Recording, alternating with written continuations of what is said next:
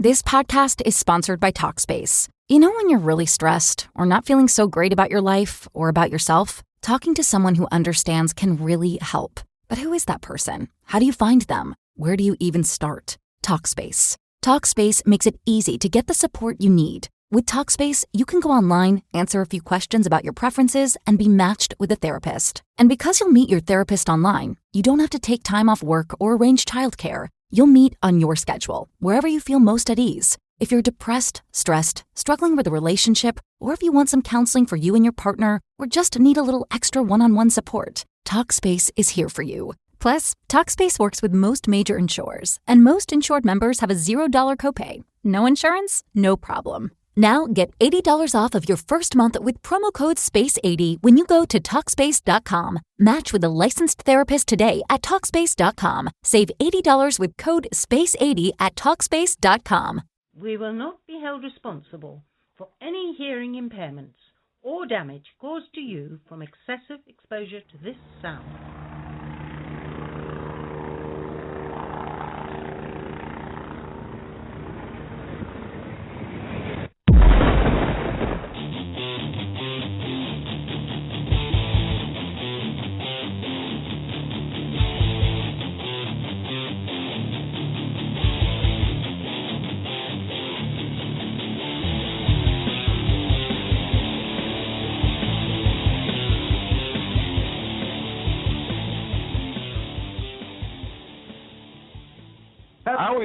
I always get in such a good mood when I'm here. I do too. You know, I love that intro music. It really kind of gets me amped up and ready to go. And I have coffee. Well, coffee always gets me amped up and ready to go. But our music, once again, we have to thank Sacco. You're just saying that because he cried about the interview when we didn't mention him. Did you or did you not? He did not cry. But hang on a second. Hold on. Just no, you don't get to talk. Mute him. No, he's the sound guy. I do want to point out we don't have a camera in here, so our viewers, our listeners, our listeners can't see. Sacco has the awesomest shirt on right now. He does. He has the Spy versus Spy. Really? Thanks for showboating.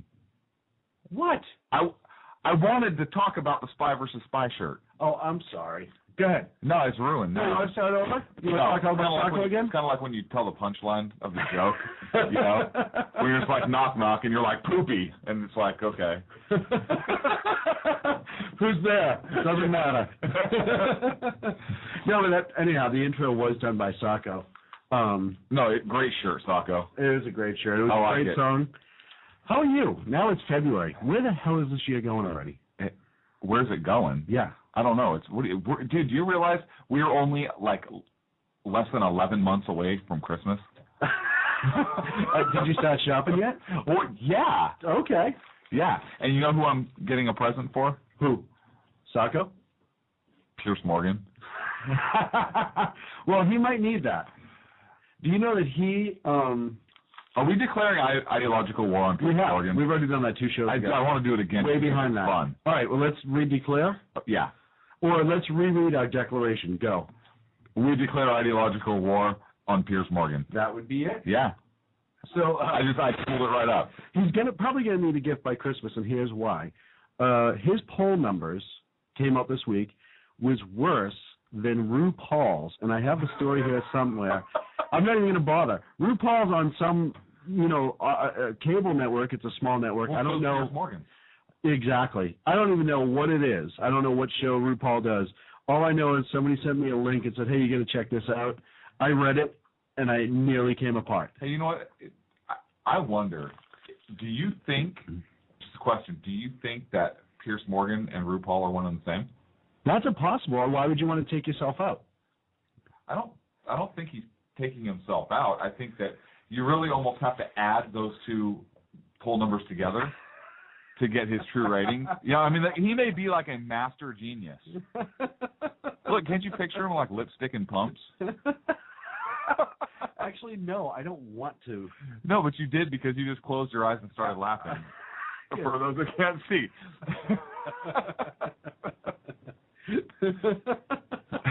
I just want to know, he's on CNN. Who is RuPaul? If they are one and the same. If they are one and the same, then yes. If they are not one and the same, then no. And how do you're on a major 24-hour news network. You took over from Larry King. You are. Okay. He took over for Larry King, who had good numbers when he left. Way to trade up. Yeah, seriously. And then he's had the show, 6 months? And he's already got lower ratings than RuPaul. So, he must be nailing it. What, RuPaul? I don't know. I'm asking if you... Phone number for tonight's show, 347-205-9399 if you want to join How's this that for a conversation. visual? Soccer's on the phones, the board, and, just about everything. And the drums. And the drums. He's on the drums tonight. Percussion. There's so much to talk about. I don't even know where I want to start. Let's start with the fact that armed guards in schools don't work. Except for in Atlanta. Sorry, you have to stop making me laugh with good lines like that. I apologize. Except for in Atlanta. That's the only place. That's the only place that it might work. So there was, don't mean to make light of it, but no. There was another school shooting in Atlanta, Georgia, Thursday, January 31st. See, I'm already trying to put us into November here. Dude, seriously, you were just aching for Christmas, but go on. I am.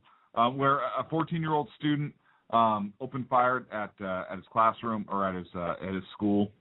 One student was wounded in the neck, but there was an armed off-duty officer who was working at the school and was able to actually stop the shooter.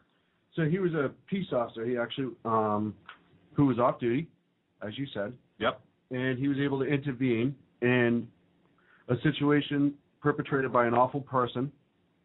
Evil. We can say evil on this show. Terrible, disgusting, should be buried under a prison, was actually stopped before he could do more damage. Correct. Weird. What? It's almost like the experts are arguing that this is a possibility. Well, hang on a second. One of those experts actually sent a tweet out, and that expert's name is Pierce Morgan. What? Yeah. Sent a tweet out saying that, let me see the tweet, quote, revealed armed guard was not able to stop Atlanta school shooting. And the reason that knucklehead sent that out is because I think his thesis is because the gunman got like one round off and one person was injured, that the gunman was not stopped. So we have to have an armed guard next to every person in his theory for it to work. No. You literally have to No, that's not his theory. I think his theory is you don't have the armed guard there. And then the shooting wouldn't happen. Right. Because there would be no guns anymore. Right, because they would just disappear. Because they would miracle themselves away. There's a reason. We kick their ass in exactly. There's 17, a reason. And he's the reason. 75, 6, 7, 8. And there's 81. a bunch of people, on Twitter that were calling at one point to deport him, and there was a whole... That would be so awesome. We should. But remember Yorktown. But Britain doesn't want it back. That's at the end of the day. They don't want him back, or they don't want Yorktown back? They don't want... This podcast is sponsored by Talkspace. When you're really stressed or not feeling so great about your life or about yourself, talking to someone who understands can really help. But who is that person? How do you find them? Where do you even start? Talkspace. Talkspace makes it easy to get the support you need. With Talkspace, you can go online, answer a few questions about your preferences, and be matched with a therapist. And because you'll meet your therapist online, you don't have to take time off work or arrange childcare. You'll meet on your schedule, wherever you feel most at ease. If you're depressed, stressed, struggling with a relationship, or if you want some counseling for you and your partner, or just need a little extra one-on-one support, Talkspace is here for you. Plus, Talkspace works with most major insurers, and most insured members have a $0 copay. No insurance? No problem. Now get $80 off of your first month with promo code SPACE80 when you go to Talkspace.com. Match with a licensed therapist today at Talkspace.com. Save $80 with code SPACE80 at Talkspace.com. I'm back. No, would you? No. Okay, we don't want him either. And listen, he's entitled to his ridiculous, stupid opinion. Of course he in is. his own private life. Of course. But as I said before, I'm stuck on whether or not he's smart enough to have these opinions on his own, or if he is just regurgitating. Yes. Okay. There's no reason for me to end that statement. Good No. job. Yeah, No, if you look at him, he looks like he's in a perpetual state of regurgitation. Don't you think? Well, trust me, Hang on, look, here's a picture. 20s. Just take a look. Here. Oh, well, now I might be in a constant state of regurgitation. See? Yeah. Good call. Thank you. How does he have a friggin' show? Well, he's on his way, obviously. And how is it more popular than ours? He's an idiot. And it's not because he's British. He's just an idiot. Yeah, well, not all British people are idiots. Not at all. I knew a guy once that wasn't. Really? Yeah. What's his name? Sean McLaughlin. Lives in Stoke-on-Trent in England. Yeah, McLaughlin. There you go. That's why. No. There's a reason he was sent over there. Britain had a plan. They were like, you know what? We're going to get rid of this a-hole. Do you think that he was sent over here as some form of like punishment? Yeah. Like maybe it was some kind of sentence or whatever. Yeah. It took them, 250 years or some odd. Yeah, but they figured it out. They're like, you know what? How are we going to get? We got to do something. Larry King's retiring. I get it. Send him Morgan. They'll all commit suicide by the end of the year. Send him Morgan. And then, of course, he was like, crikey, I'll head right. Oh, that's Australian. Yeah. Whatever. When did we get Pierce Morgan? Because can we tie this to like when Obama sent the bust of Winston Churchill back? Was there like a trade? Okay, we'll give you the bust of Churchill. You give us Pierce Morgan. Or was Britain so offended that they said, fine, you guys take this asshole? I don't know. I'm throwing it out there. I'm spitballing. I would gladly rather turn on his show every single night and just see the bust of Churchill right there with nothing going on for an hour. Right. Well, Churchill was kind of a stud. Yeah, well, absolutely. So we need to look into that. We got to figure that out. If anyone has any idea, email us, fanmail@sackheadsradio.com, and give us some insight, because we think there was a trade in place. The bust of Winston Churchill for Pierce Morgan. Well, now, sadly, the bust of Winston Churchill has a higher IQ, and I have the scientific stats here, by 10 times. And more personality. Well, yeah, doy. Yeah. Did you just say doy? Yeah. I'm bringing it back. Nice use. I like it. I'm bringing it back. A friend of mine said it a few times, and I said, you know what? That's going to get popular. Let me bring that back. And did he consent? No. So real good. Sued, but it doesn't matter. Yeah, it doesn't matter. We don't have anything. You know what? This is the country of tort and lawsuits. Let's bring it on, baby. Did you lawsuits? Yeah. You've never seen a lawsuit? They were huge in the 70s. They were almost like the leisure suits, but instead you wore a bolo tie. Oh, that was the only difference. Weird. Called That's kind of crazy. What this show is off to a terrible start. I can tell you that. We're spiraling already. We're 10 minutes into the show, and we are just left wing down, spiraling in. I love it. Hey, what? Do you remember Senator Menendez? He's out of New Jersey. He's a Democrat. He's the one that likes hookers? Well, he was the guy who the FBI was looking into because the underage Dominican. Before we get there. Oh, okay. Before we go to Dominican? Before the election, and it was going to be a close election. Okay.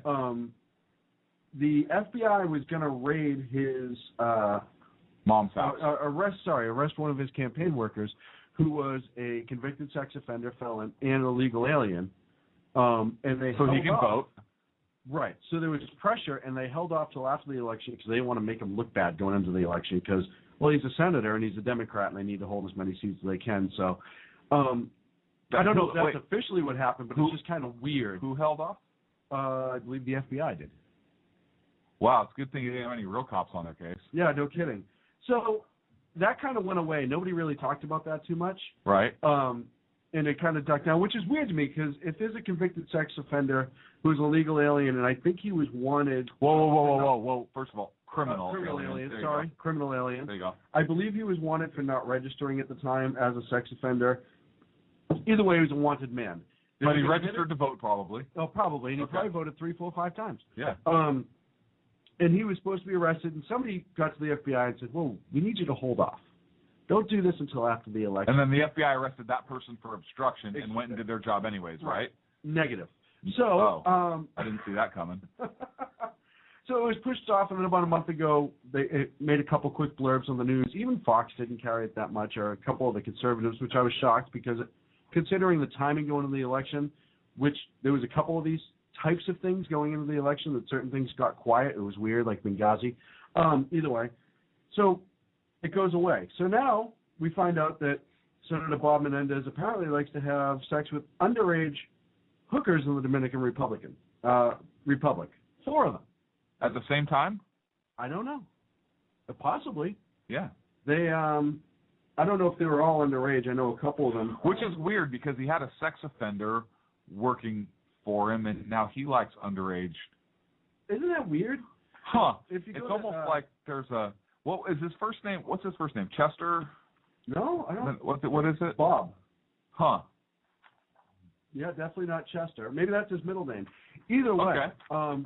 And the GatewayPundit.com wrote a great article about it, and that's where I'm getting some of my information from. But there's a great FBI email attached on the 4 prostitutes. It's attached like to them? No, it's attached to the it says attached email. on Sorry. So no, okay. It's okay. I didn't like stapled it on their Listen, forehead or what. Yeah, it's just walking around. Yeah, I didn't know. Here's your visa and papers. So, it boggles my mind. Again, this isn't. I didn't see this on CNN. Maybe I was wrong. Maybe I missed it, but I didn't see it there. What? But do you watch CNN? I always check.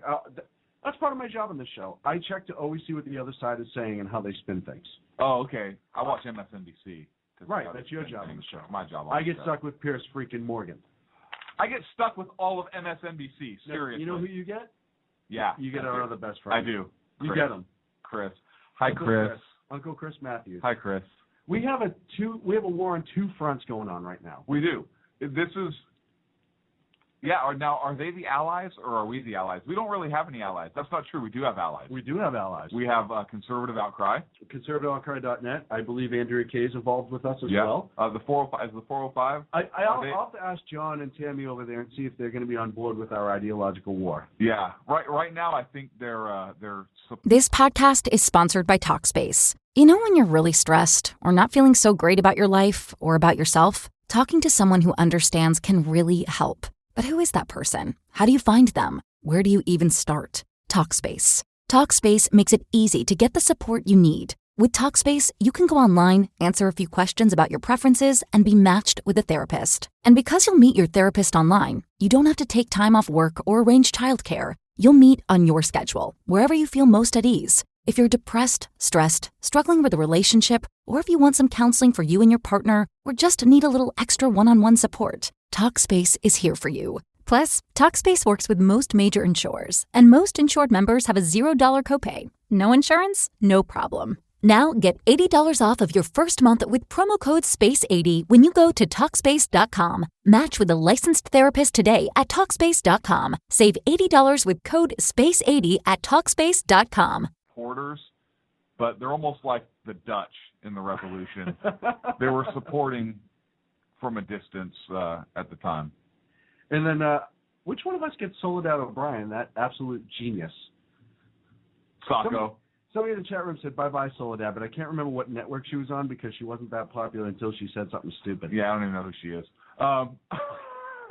That's how popular she is. Oh, so, we do have another ally in this ideological war, Bob, in the chat room. Yeah, USMC Bob, who's a regular in that chat room. And I'm being told she was on CNN, so thank you to Mother Goose, who is in the chat room tonight. That's so if you want more information about what's going on with Senator Bob Menendez, I would suggest Googling his office and calling and asking him.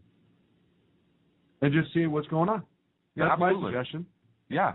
You know, I think it's funny, too, that remember when this happened? What about like a public records request for his public record. Yeah, like his email or maybe his internet activity from his office. Because if he likes little kids, I wonder what would show up there. I don't know if he likes little kids or little hookers. Either way. I'm just saying. I don't know. No, I don't know either. Well, we need to clarify that. So if anyone out in the Sackhead Army wants to go out there and start asking Bob Menendez hard-hitting questions, because I don't have time to talk to pedophiles. Yeah. I'm sorry. Well, alleged. No, alleged. I said alleged. Alleged. I didn't mean alleged. Yeah, we don't know. This is just. Hey, remember when a whole bunch of Secret Service agents lost their job? Oh, forget it. Doesn't matter. Yeah, never mind. It was in Colombia, not the Dominican Republic. So it's totally different. The same laws don't there's Secret Service. It's not like he's an elected member of the Senate who took an oath or anything like that. So it wouldn't be up to. It'd be up to us to fire him then, right? Not the. Weird. Huh. But it's alleged. Has the hooker thing been proven? Because the hookers confirmed they attended sex parties. But granted, this is just... You're taking the word of a hooker, which was good enough to fire Secret Service agents. Ooh, yeah, that's a good point. But again, we don't know that this happened or not. That's just kind of what's the word is. You got good distance on that, Aaron. Thank you. You like that? Yeah. I think I believe it. But again, we don't know. He hasn't been convicted of anything. Listen, the FBI is conducting the FBI. Well, hey, you know who else hangs out in the Dominican Republic? Who? Remember Charles Rangel? That's where his house is down there. That he had all the tax evasion. That he wanted to pay all the taxes. Interesting. Maybe we need to get boots on the ground in the DR from the sackheads and start investigating all these Democrats that hang out there on a regular basis. I'm just saying that's possibly a good idea. Sarko. Sackhead, I gotta give a call out to Sackhead Michaela. Okay. She's in contact with us right now, and she just has an outstanding idea for an article. So she's going to be doing some research and writing it within the next couple weeks. Hopefully, we'll have it. So I know she's out there. Thank you, Sackhead Michaela, for the work you put in on your articles. Looking forward to another great article. Absolutely. Do you want to go to the Dominican Republic? Oh, I heard there's hookers there. So you don't want to go? I do want to go. Okay. We're going to send Sackhead Sarko to the DR and try to investigate these Democratic senators and just what the hell they're all about. Before you do that, can you make sure the website's up? The new website? You know, the one you've been working on? You're looking at us about lost. No. I'm not saying you're not coming back. We're just not saying you are. Listen, if you end up headless in Haiti, there's nothing we can do about that. That would be a great movie. Headless like in Sleepless in Seattle. It's only right across the river. So, do you want to go? Sure, I'll go. Get your passport. Just put it on the Sackhead credit card.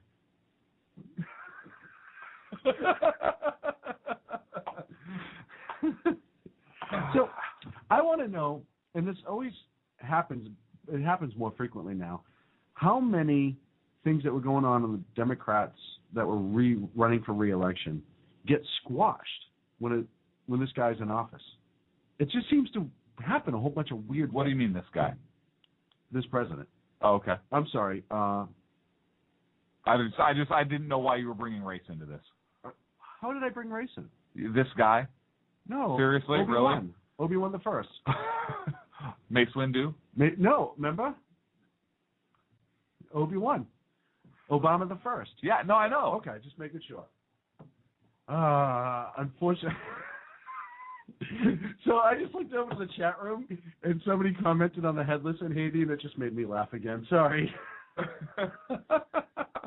That'd be a great movie. It would be an outstanding movie. We would have to come up with a good plot twist. Because it can't be about some guy walking around with no head in Haiti. Like, that would kind of have to be at the end. Or maybe at the beginning they find the body. Right. And they trace back his steps. And they find out it was some guy that was sent to the Dominican Republic. By some little known sackhead. And it was assassinated. I'm just saying. It could happen.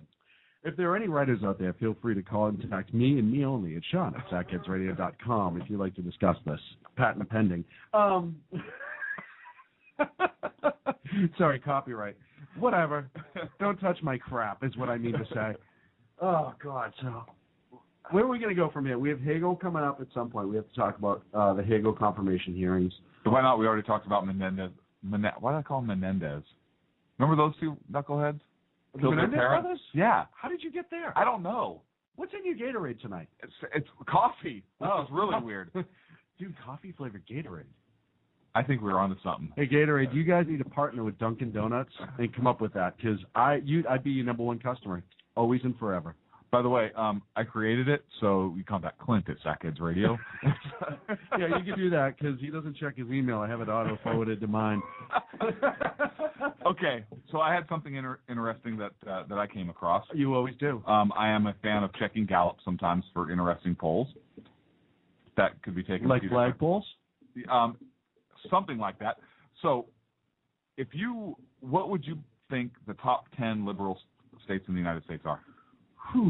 Top 10 liberal states. Well, and don't be pulling it up. No, I am not pulling it up. Okay. As a matter of fact, I was actually going to ready mid-show. Go. Top 10 liberal states. Going to go with Massachusetts, California, obviously, New York. Ooh, Sacco chimed in. Vermont. New Hampshire's up there now. Connecticut. Let's see. Illinois.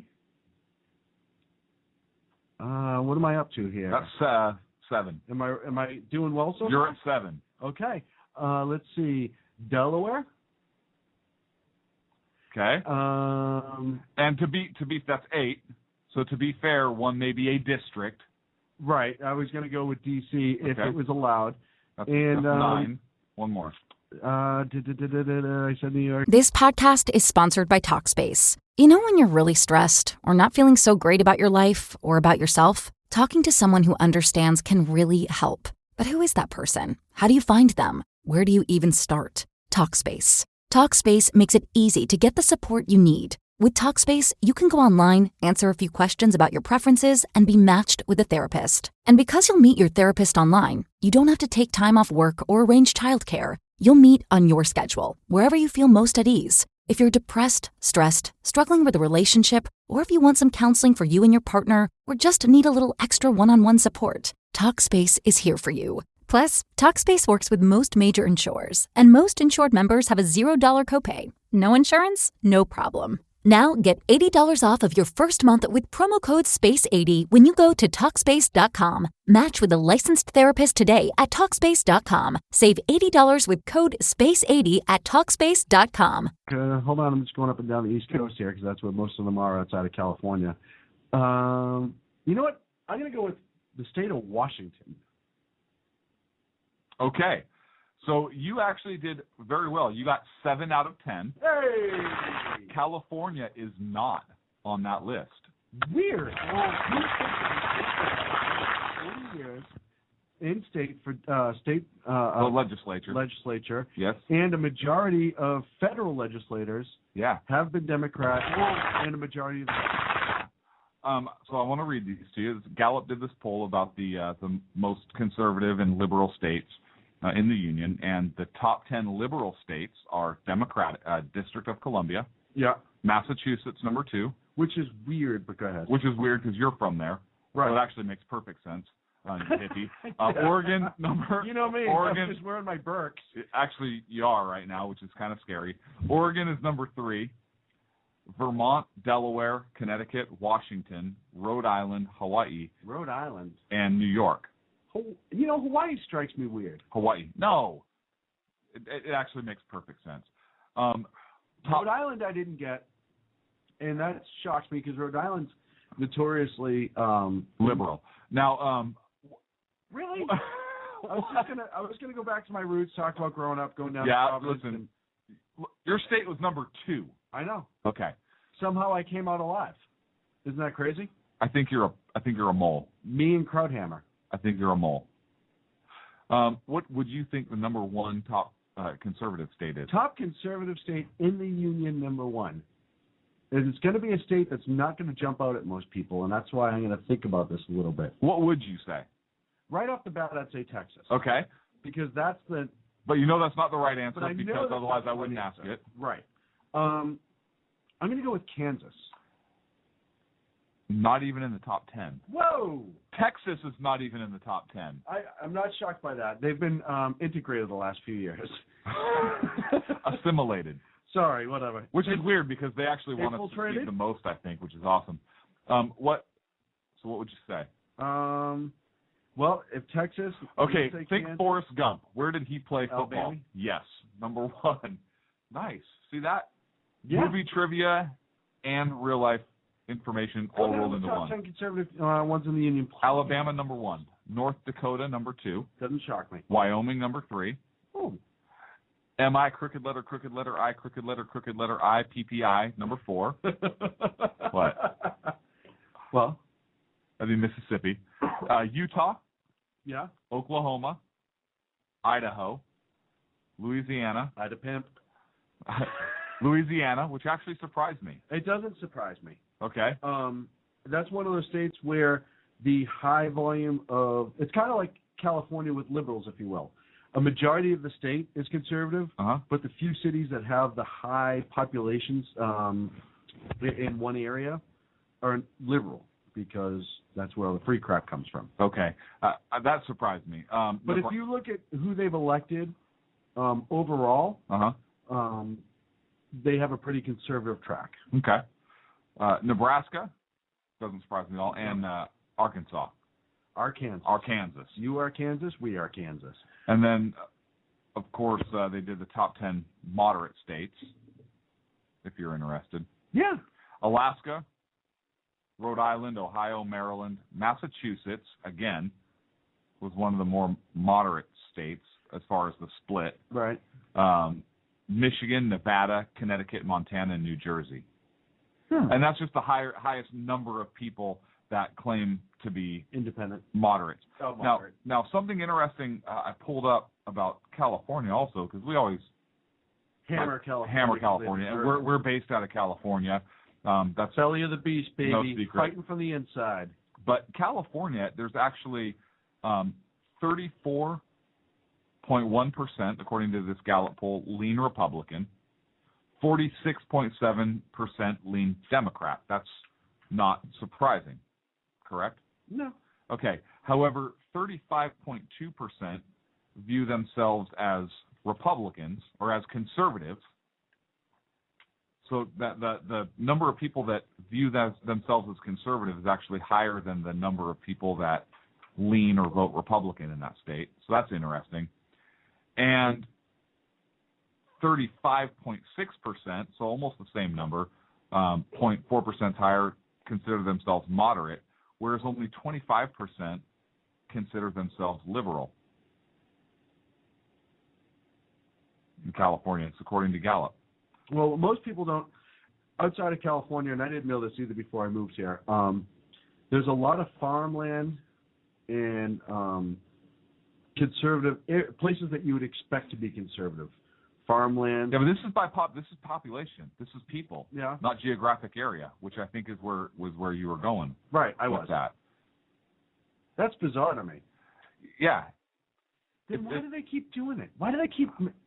I don't know, and that's my whole point. I don't understand that. Is it just because easy? the conservative advantage for California, the conservatives have an advantage in California of 6.3. Is it just not showing up? I don't know. I think they're buying into the whole, well, if we don't, it doesn't matter, we're going to lose. Either it doesn't matter, we're going to lose, or, you know what, we feel good about X, Y, and Z. Maybe they don't pay attention. California is very influenced, with media and so forth, but the conservative advantage is defined as the percentage of conservative minus the percentage of liberal in that state. And so the conservatives actually hold an advantage, according to this Gallup poll, of 6.3%. Which I found very interesting. Well, does that mean we have to start organizing? Does Sackheads Radio have to start organizing the conservative vote in California? Can we? Yeah. The California Republican Party is dead. Did. Nice work. The California Republican Party is dead, and I think that's one of the problems. The California Republican Party went crazy. Do the Sackheads have to show up with the defibrillator? No, I think they need to completely redo the party. All right, so we have to go all Frankenstein on it. Yeah. Okay, cool. Yeah. Let's do it. Either that or we just start our own party. Maybe we need to have a Sackhead party. I'm talking like lots of booze and like a real party, not like a political. No, let's just have a big old blowout. Finger sandwiches. Yes, right? The little corns. Halfway through, I'm like, I don't even know what we were supposed to be doing tonight. Just keep giving me sidecars, old-fashioned. But I think that's the problem, and I think that's why Jerry Brown got elected governor there over Meg Whitman, because Meg Whitman was, in some cases, I think, maybe even more liberal than Jerry Brown was.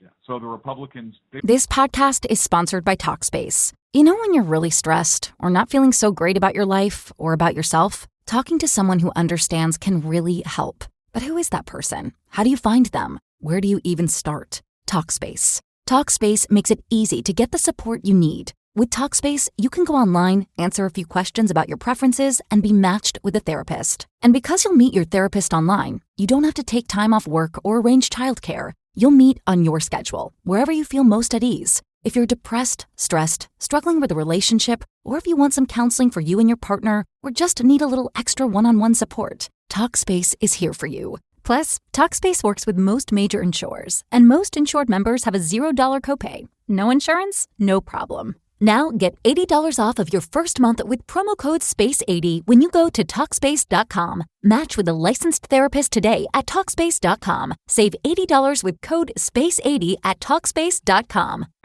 They don't really, there's not a huge difference between a California Republican or a California Democrat. Well, and I was just going to say, how many people are registered conservative or Republican, rather, in this state because it's such a moderate form of conservatism that any other state they may be registered as it doesn't matter because they still consider themselves conservative. You have more people that consider themselves conservative than Republicans. If somebody who balances it off, hey, you know what, I'm big on social issues, I think, leave social issues alone, but I'm a fiscal conservative, and that's, really important, and I want to keep to the Constitution as much as we can, kind of important. So I'm going to go Republican, but when it comes to giving stuff away and to helping the needy and all that stuff, then maybe spending a bunch of money, right? And then yeah, pay taxes. I don't know what the mindset is. I don't either, but I thought it was interesting. I wanted to bring it up in the show. We're up against a break. Thanks for listening. Are we really up against a break? We have.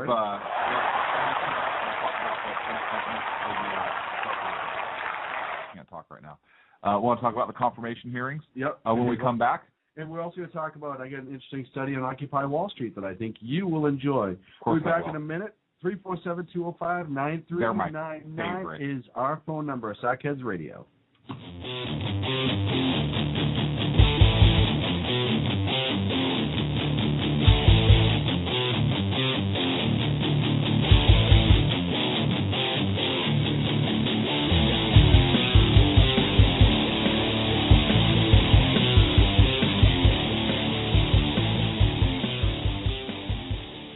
How you doing? John Grant here. When I'm not slaving over a hot microphone on the 405radio.com Saturdays at 10 a.m. Eastern, I check out Sean and Clint here at Sackheads Radio. We all appreciate the best political bloggers, writers, and commentators. We either get them on our shows or we make fun of them, as it should be. So check us out live Saturdays at 10 a.m. Eastern or forever on the podcasts on the 405radio.com. Hey folks, this is Sackhead Clint. I want to take this opportunity to thank the men and women of our armed forces, as well as our first responders, law enforcement, firefighters, and emergency medical personnel. Thank you for all you do. Thank you for making this country and our communities a better and safer place. God bless. Hi, this is Sarah Marie Brenner. We often talk on the Brenner Brief about the fact that there really needs to be an organization to help people at the local level who are interested in running for things like school boards, city council, and other local offices. Well, I think I finally have the solution for you, at least for you women out there. It's called Politigal Network, Politigal Network.com. Their website's going to be launching mid-August, but they're already on Twitter at PolitigalUSA. I encourage you to follow them and become a member. Their goal is to be the #1 resource for conservative women. So if you love freedom, liberty, the United States of America, and politics, check out PolitigalNetwork.com or Twitter at PolitigalUSA. Hey guys, it's Sean from Sackheads Radio. I know I've said it before. Check out our friends at conservativeoutcry.net, but I really mean it. If you want interesting and exciting political commentary and analysis, that is the place to get it. Different, always spot on, always truthful, never pulling a punch. conservativeoutcry.net. Tell Rooster to get Bulldog back on and that Sackheads Radio sent you. And also, coming soon, the Sackheads Radio Forum on conservativeoutcry.net. Hey guys, it's Sean from Sackheads Radio. I want to talk to you a minute about our friends over at HomefrontHugs.com. They're an amazing organization of volunteers who take their time, effort, and money to take care of our troops overseas as they serve our great nation. HomefrontHugs.com. You can donate, write letters to troops, adopt a troop, you name it, you can do it. Help those wonderful folks who protect our freedoms. Go to HomefrontHugs.com. Tell them Sackheads Radio sent you. Hey, this is Sackhead Clint. I want to take this opportunity to thank our men and women in uniform of the armed forces. Hey, this is Sackhead Clint. I want to take this opportunity to thank our men and women. Hey, this is Sackhead Clint. I want to take this opportunity to thank the men and women of our armed forces, as well as our... God. You going to mention me this time? Thank you, Sean. Is that good? He said mention you, right? Oh. You totally need to keep that as an outtake. Now back to Clint and Sean on Sackheads Radio, radiating elegancy and quality. Hey, Shoeless Joe. So, what? You know, you take your shoes off once in the studio and you get a new nickname. No. You take your shoes off in the studio and then you go outside to catch some fresh air, and you get a new nickname. I know. Sean just literally went out. He got to the door of the studio and it's like, I gotta put my shoes on.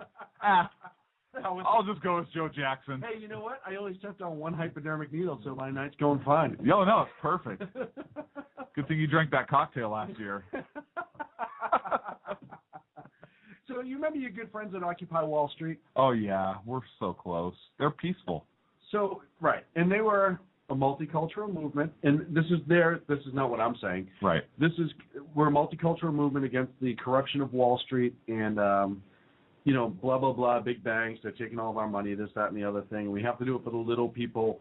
Multicultural, we heard that over and over and over and over again. This is just a mass of people coming together. The poor, the needy, all that stuff.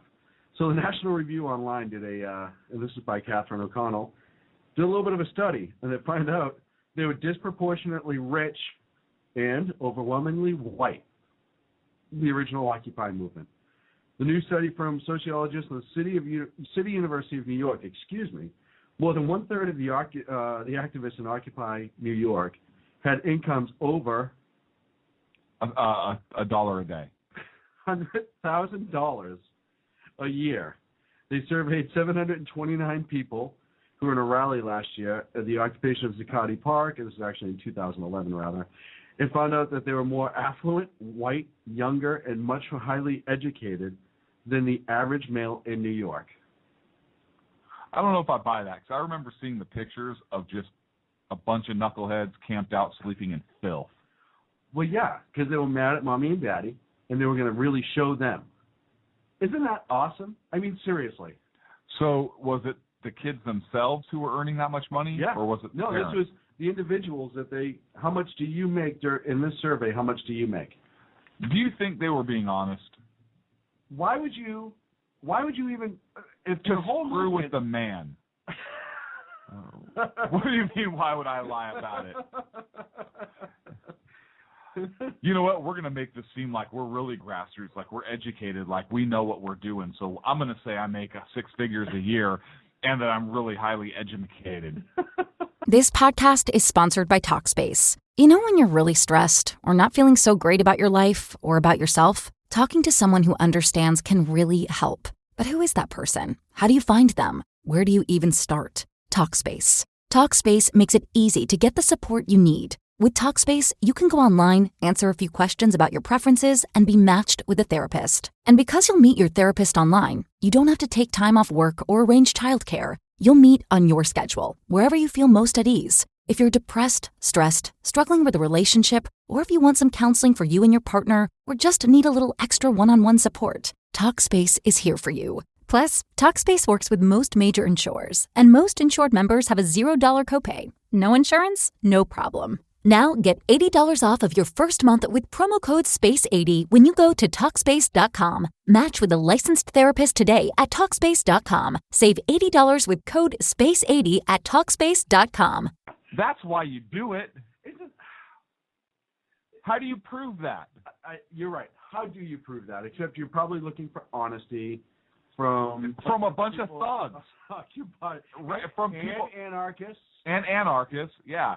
How many anarchists do you know that make $100,000 a year? It's funny, too, because the anarchists, we're aligning with Occupy Wall Street. They officially aligned at some point, which right. I don't understand how you do that. But Occupy Wall Street wants, and this just blows my mind, really stringent laws on Wall Street, how people make money, how that money's distributed. They want... You can say it, communism. Exactly, communism. Okay. The anarchy is the exact opposite, if you will. It's lack of government. Lack of centralized control, yes. But yet on this one, they could see eye to eye. Yeah, which is weird because it's almost like it goes full circle and wrapped back around on now itself. It's overlapping? Yeah, and some weird, in the circle. Some kind of weird hyperspace link. In the circle of stupid ways Yeah. Countries should be run. You know what? They've actually bit themselves in the ass, and now they're stepping back over. Now, hang on a second. This is interesting because Michio Kaku, who is professor of theoretical physics in New York, he might actually be able to explain this because this movement did, in fact, start in New York, correct? This is so he may be part of it to where he was able to morph two opposite ends of the political, ideological spectrum through time and space and wrap it back on so they met and agreed. What do you think? You know what? Can we get him on the show? Yeah, because he totally has time for us. That's a good one. Absence of all government and then communism, total government control. You don't get any farther apart than that. At all. And I know, By the way, how'd you like the I know this Kaku has been reference? discussed. Huh? How'd you like that Michio Kaku reference? Did you see me almost fall out of my chair? Yeah. How you pull crap like that out I don't know. at random blows my mind. I don't know. And that's one of the reasons I love and hate doing the show with you all at the same time. Which is weird. He actually wrote a book called Hyperspace where he talks about. Never mind. I saw that. It was in Spaceballs. What? Ludicrous speed. Ludicrous speed. Go. That's like the show is ludicrous speed. I know they've talked about it before, and somebody in the Mother Goose in the chat room brought up that Occupy en masse, they had discussed it. I didn't realize there was an official study done, and to be done by the City University of New York. I'm sure it's completely unbiased. Right. But you would think that if the City University of New York was going to do this, it would be completely biased. Like they would just be like, oh, it was 30% white, 40% African American. No. I would think they'd want it to seem like mainstream white people, rich white people want this movement, and because it's not radical at all, it's mainstream. Look, we're just like you. Matter of fact, we're the educated, well-employed segment of you. Well, that's what I would think, and I would trust this study more if it were done by UC Berkeley. Really? No. Okay, good. I was ready to wing my pen right in your face. Just as much, though. Anyone who wants to chime in, 347-205-9399. We're talking about the study done by the City University of New York about the occupiers. They said that non-Hispanic whites constituted 62% of all the respondents in the study, though they only make up 33% of New York residents. Yeah. While only about a third of our country holds bachelor's degrees, 76% of the respondents had completed their education in a 4-year college. Okay. That's just shocking to me. And you say you believe it? Well, they have to have there has to be some sort of baseline. I don't think if you're going to BS a study like this, pardon me, that you can fudge the numbers that much. If they said... What do you mean you can't fudge the numbers? I take a pen and I write some crap down. Well, that's true, because in Philadelphia, there wasn't one conservative vote during the general election. Throw it against the wall. It's just mind-boggling to me. That's all I can say, really. Why? I don't understand how you get... All right, so let's look at it this way. Say it's a complete BS study. Okay. Let's say that. I like that. Let's go with that. All right, so let's go in and audit the study. Have somebody go in and check it. Because I think if you're a city university, I don't assuming they care. get city money. Oh, I do. Okay. And I'll tell you why. If this university gets any state or federal funding, mm-hmm. then if they're going to do studies like this, shouldn't they, if they're going to pass it off as impartial and it's a city university? I'll do you one better. Why do we have college and universities with professors that preach the downfall of the United States and socialism and communism when they get tax dollars? That's more concerning to me than an Occupy study. I love when I set up a segue and you take the bait. Yeah, there you go. No, it's completely disgusting. And we've had a bunch of people, we've talked about this before, how many liberal professors... Is that a North Face shirt? Well, yes, it is. I like it. Thank you very much. Do they make it in men's? No. Huh. No, only women's cuts. Okay. That's why it fits me so well. No, it does. It really shows the curves. How many of these liberal professors get to go, especially public universities? Listen, if you want to have a private university and you want to have a liberal-leaning private university, as long as there's no federal funding, that's up to you. Have you heard of Hillsdale College? I have heard of Hillsdale College. I love that school. I actually donate to that school. And no, this isn't a commercial. This isn't a plug. No, but I've taken their Constitution class. Yeah, they have free Constitution online, their Constitution 101 class, Constitution 201. They now have a Western history 101 class that's free, and they teach it's a true liberal arts education. Yeah. True statesmanship education program, and they take zero federal dollars. I know. So they're completely private. They tell the federal government to pound sand on all kinds of things. It's awesome. Anyone that tells the feds to pound sand on things that's constitutionally none of the feds' business, I'm all for. Me too. It's great. They actually had a fight, I believe it was in the 70s, with the federal government, where because they were students were using GI Bill money, and so the feds came in and said, well, no, you have to comply with these requirements, and they said, no. And they're saying, well, you're using federal money, GI Bill money, and the college's position was, well, no, you give them money, and it is the student who is spending money. They can spend that money anywhere. Yeah. And they end up. And they earned it. Yeah, they don't take any federal money. Anyways, I digress. So I know, going back to what I was saying. Yeah. If you want to have. This podcast is sponsored by Talkspace. You know when you're really stressed or not feeling so great about your life or about yourself? Talking to someone who understands can really help. But who is that person? How do you find them? Where do you even start? Talkspace. Talkspace makes it easy to get the support you need. With Talkspace, you can go online, answer a few questions about your preferences, and be matched with a therapist. And because you'll meet your therapist online, you don't have to take time off work or arrange childcare. You'll meet on your schedule, wherever you feel most at ease. If you're depressed, stressed, struggling with a relationship, or if you want some counseling for you and your partner, or just need a little extra one-on-one support, Talkspace is here for you. Plus, Talkspace works with most major insurers, and most insured members have a $0 copay. No insurance? No problem. Now get $80 off of your first month with promo code SPACE80 when you go to Talkspace.com. Match with a licensed therapist today at Talkspace.com. Save $80 with code SPACE80 at Talkspace.com. A college takes zero federal money, and if you want to lean your teachings towards liberal teachings, that's your right. As long as, let's face it, in my belief, most college degrees are kind of BS anyhow. Yeah, because you got bachelors of science. Right. And some of them are MS, some of them are BA. AS or right, A, yeah. rather. No. I mean, there's so many. You can get a degree in underwater basket weaving now, and all of a sudden you can apply for federal jobs because you have a BA. And how does the person with underwater basket weaving become a better employee than somebody who's been doing the job in the private sector for 20 years? So because they're educated, Sean. That's a ridiculous question. By the way, if anyone's graduated with an underwater basket weaving degree, can you please email Sean at SockheadsRadio.com? I'd like to discuss that with you. And if you have that degree, but you can probably ask somebody to help you figure out how to email. If you're in a state school or anything that takes federal or state money, you should have to have complete and utter impartial teachings. Agreed?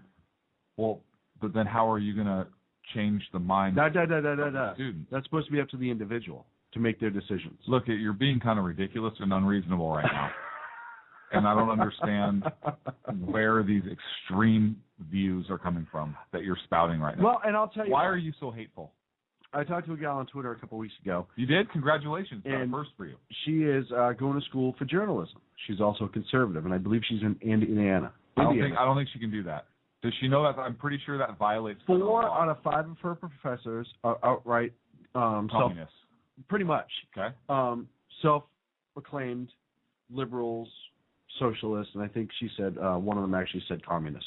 And then the other one, of course, let's have them teaching. Just the other one was just a professor. And she said that it's disgusting because every time she brings up a conservative point of view, they're just lambasted. She's not even allowed to really bring it up. Mm-hmm. And from the side that's, it's all about opinions and ideas, and they brought up the whole thing with Biden and just after the Sandy Hook shooting of, we're just going to have an idea session. Everyone's just going to throw stuff against the wall and see what'll work and blah, blah, blah, blah, blah. We love ideas. We want everyone's ideas. Well, hey, I'm a conservative, and I have an idea of shut up. Yeah, but I just want to know, shut up, because you're a lunatic. You love guns, and you like seeing kids die. That's the whole That's their whole approach on how to deal with us. So it's just more hypocrisy. I don't know where you're getting your information from, because liberals love the First Amendment, and I don't think they would ever tell a conservative that they can't voice their point of view and exercise their freedom of speech.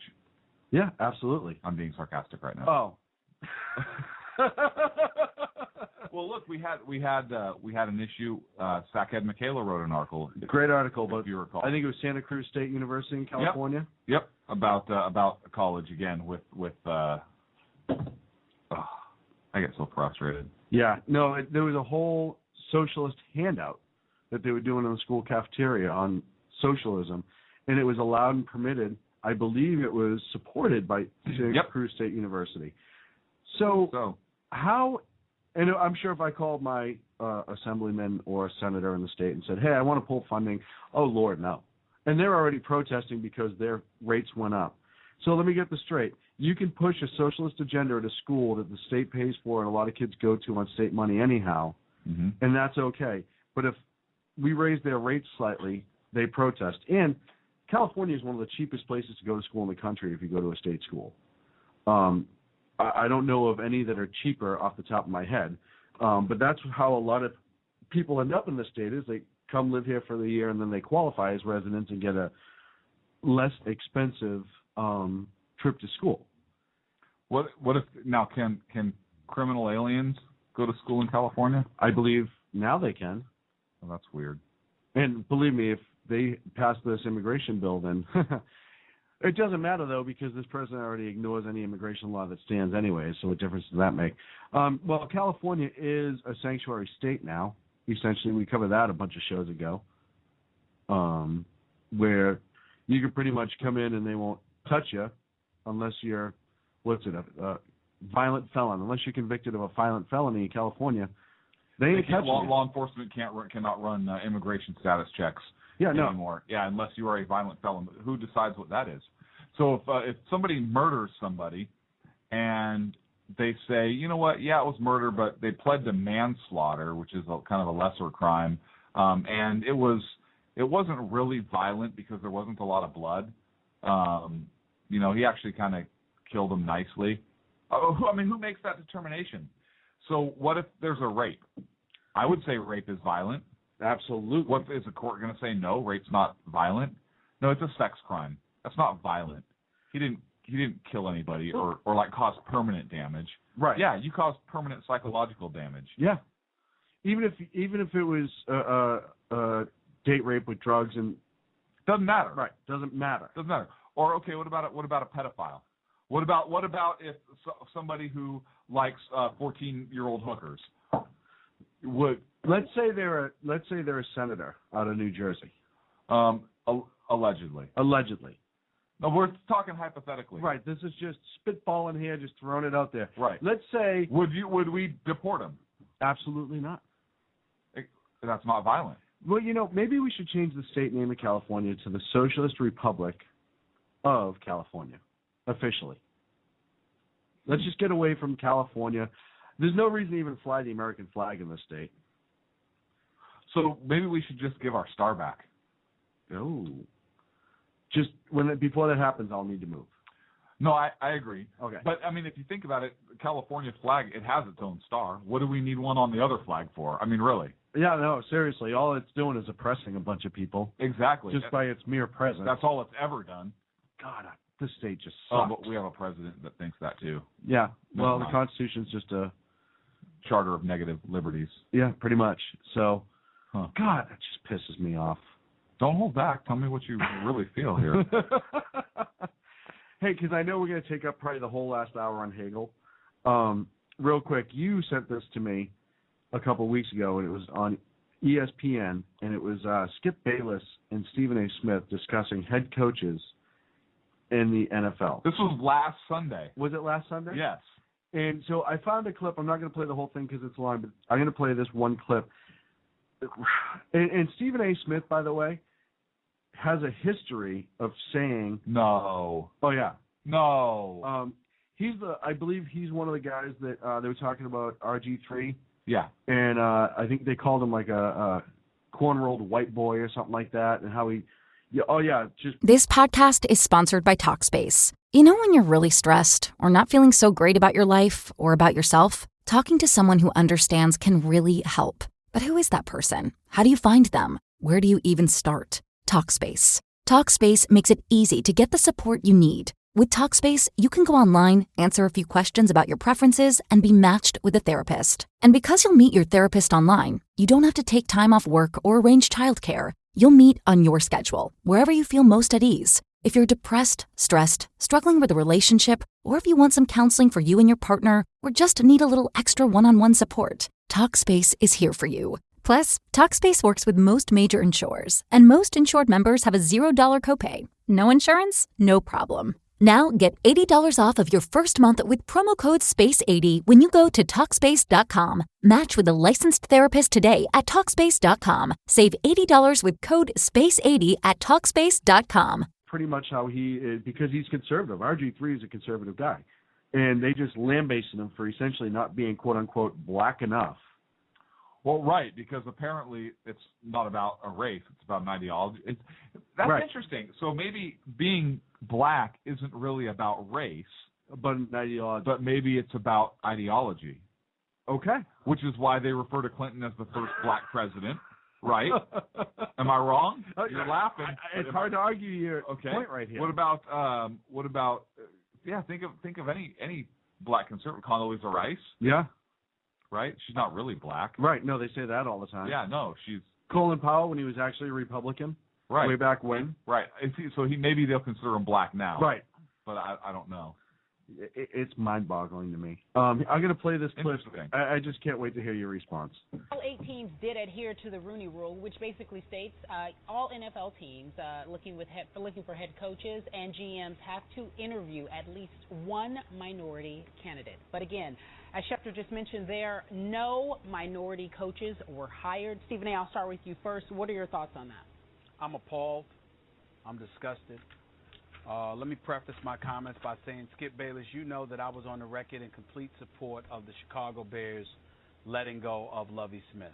I think that when you've been in the league for 9 years as a head coach and you go to the playoffs 3 times, you miss the playoffs 6 times, and you walk into this season with them having let go of their general manager, and you have the mandate to make the postseason, even if you do win 10 games. If you miss the playoffs, then Chicago had every right to let go of Lovie Smith. But in my wildest dreams, I never believed, Skip, that would mean that he wouldn't get another job. I just felt it was time for him to leave Chicago, not time for him not to be a head coach somewhere else. I hear you. And that's where this is so incredibly appalling. We're talking about an NFL. We're in the 10th anniversary of the Rooney Rule. For those that don't know what the Rooney Rule is, it's something that obligates teams to interview at least one diverse candidate for each open in a head coaching or general manager's position. That rule was implemented because interviewing minority head coaches is something that simply, or candidates rather, was simply something that was not happening. It's that simple. Here you have 8 openings. 8. Okay? 7 will be first-time head coaches. And Andy Reid, fresh off of a 4-12 season, losing 12 games in 13 weeks, fresh off an 8-8 season preceding that, gets a head coaching job. Now, you know I'm a fan of Andy Reid, Skip. Yep.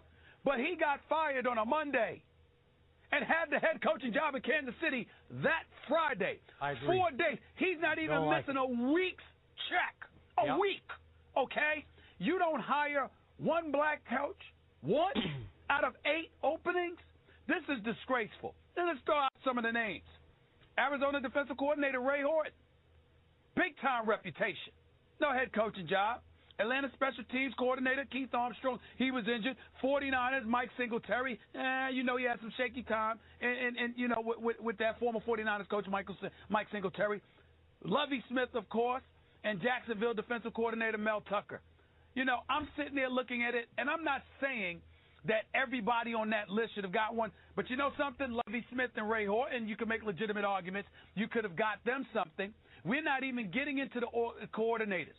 So all I'm saying is this is something that Chris, and I'm not accusing anybody of racism. Yeah, you are. Yeah, you are. That's exactly what you're That's doing. exactly what you're doing, you jackass. Okay, so first of all, I have a problem with a league rule stating that you have to interview somebody based on race. Right. Because that's essentially what they're doing. And they're saying, no, you have to it's interview essentially somebody. affirmative action that the NFL You have to interview somebody based on race. Right. And that's the only criteria. So you have – am I wrong? No, that's They're not like, saying that's you what have the to rule interview is. somebody based upon these criteria, which are going to help them perform this job. You have to interview somebody based on race. Okay? That's the first problem I have. Second of all, teams decided not to hire a coach for whatever reason. They didn't meet their team's goals. They felt that a coach had better qualifications, whatever the case may be. It's that team's money, because that's what it's about. It's a business. They're trying to make money. Right. They're going to hire the best people they have that's going to give them a shot to take them farther so that they can make more money. And if it's a white person or a black person or a purple person or a blue person or whatever it is that gives them that best shot, then I believe that's what the team's going to do. They're not going to lose money based on a race decision. And what you think, Lovie Smith, yeah, he should have been fired from Chicago, but somebody else should have picked him up. So somebody else should have picked up Chicago's trash. Chicago was throwing something away. Well, and Chicago was discarding let's talk about somebody as a position, and you expect somebody else just to pick him up. Why? Did Lovie want to coach? Do we know if any of these guys wanted to go to head Don't coach? know. And Right, maybe some of them interviewed, but you know what? If Chicago didn't want him, why are you going to expect somebody else to pick him up? Well, and it's one of those things to me too. When you're hiring a coach, and I'm not going to go too much into the football. It's got nothing to do with race. That's what pisses me off. It has to do with qualifications. Why are you going to force anybody to? It'd be like somebody telling us we have to interview somebody because they freaking are blue. Right. It doesn't matter. It doesn't matter. And when you're building any sports team, you pick your head coach based on how you designed your team. If you're going to be an offensive team, you pick an offensive-minded. Yeah. It's just like any other business. You have your business structure, and your CEO who's going to fit right. with your management team, your style, right. personalities. The way you want the team run, right. You have some coaches that are hard asses and really hammer their guys. You have other coaches that are kind of friendlier. It doesn't matter. What matters is as the private business, you have the right to look at resumes and go, I want this guy, I don't want this guy, I want this guy. Really, like anyone cares what race the person is, especially if you're – I say this all the time. If you're in the NFL, and like you said, it's all about winning. And you're going to pick the best qualified person. Nobody's going to put a losing team on the field in the year 2012 on purpose just to spite somebody. Yeah, just because they don't want to hire somebody of another descent. Phone number is 347-205-9399. We're going to attach a picture to the application? Really? Oh, wait. This podcast is sponsored by Talkspace. You know when you're really stressed or not feeling so great about your life or about yourself? Talking to someone who understands can really help.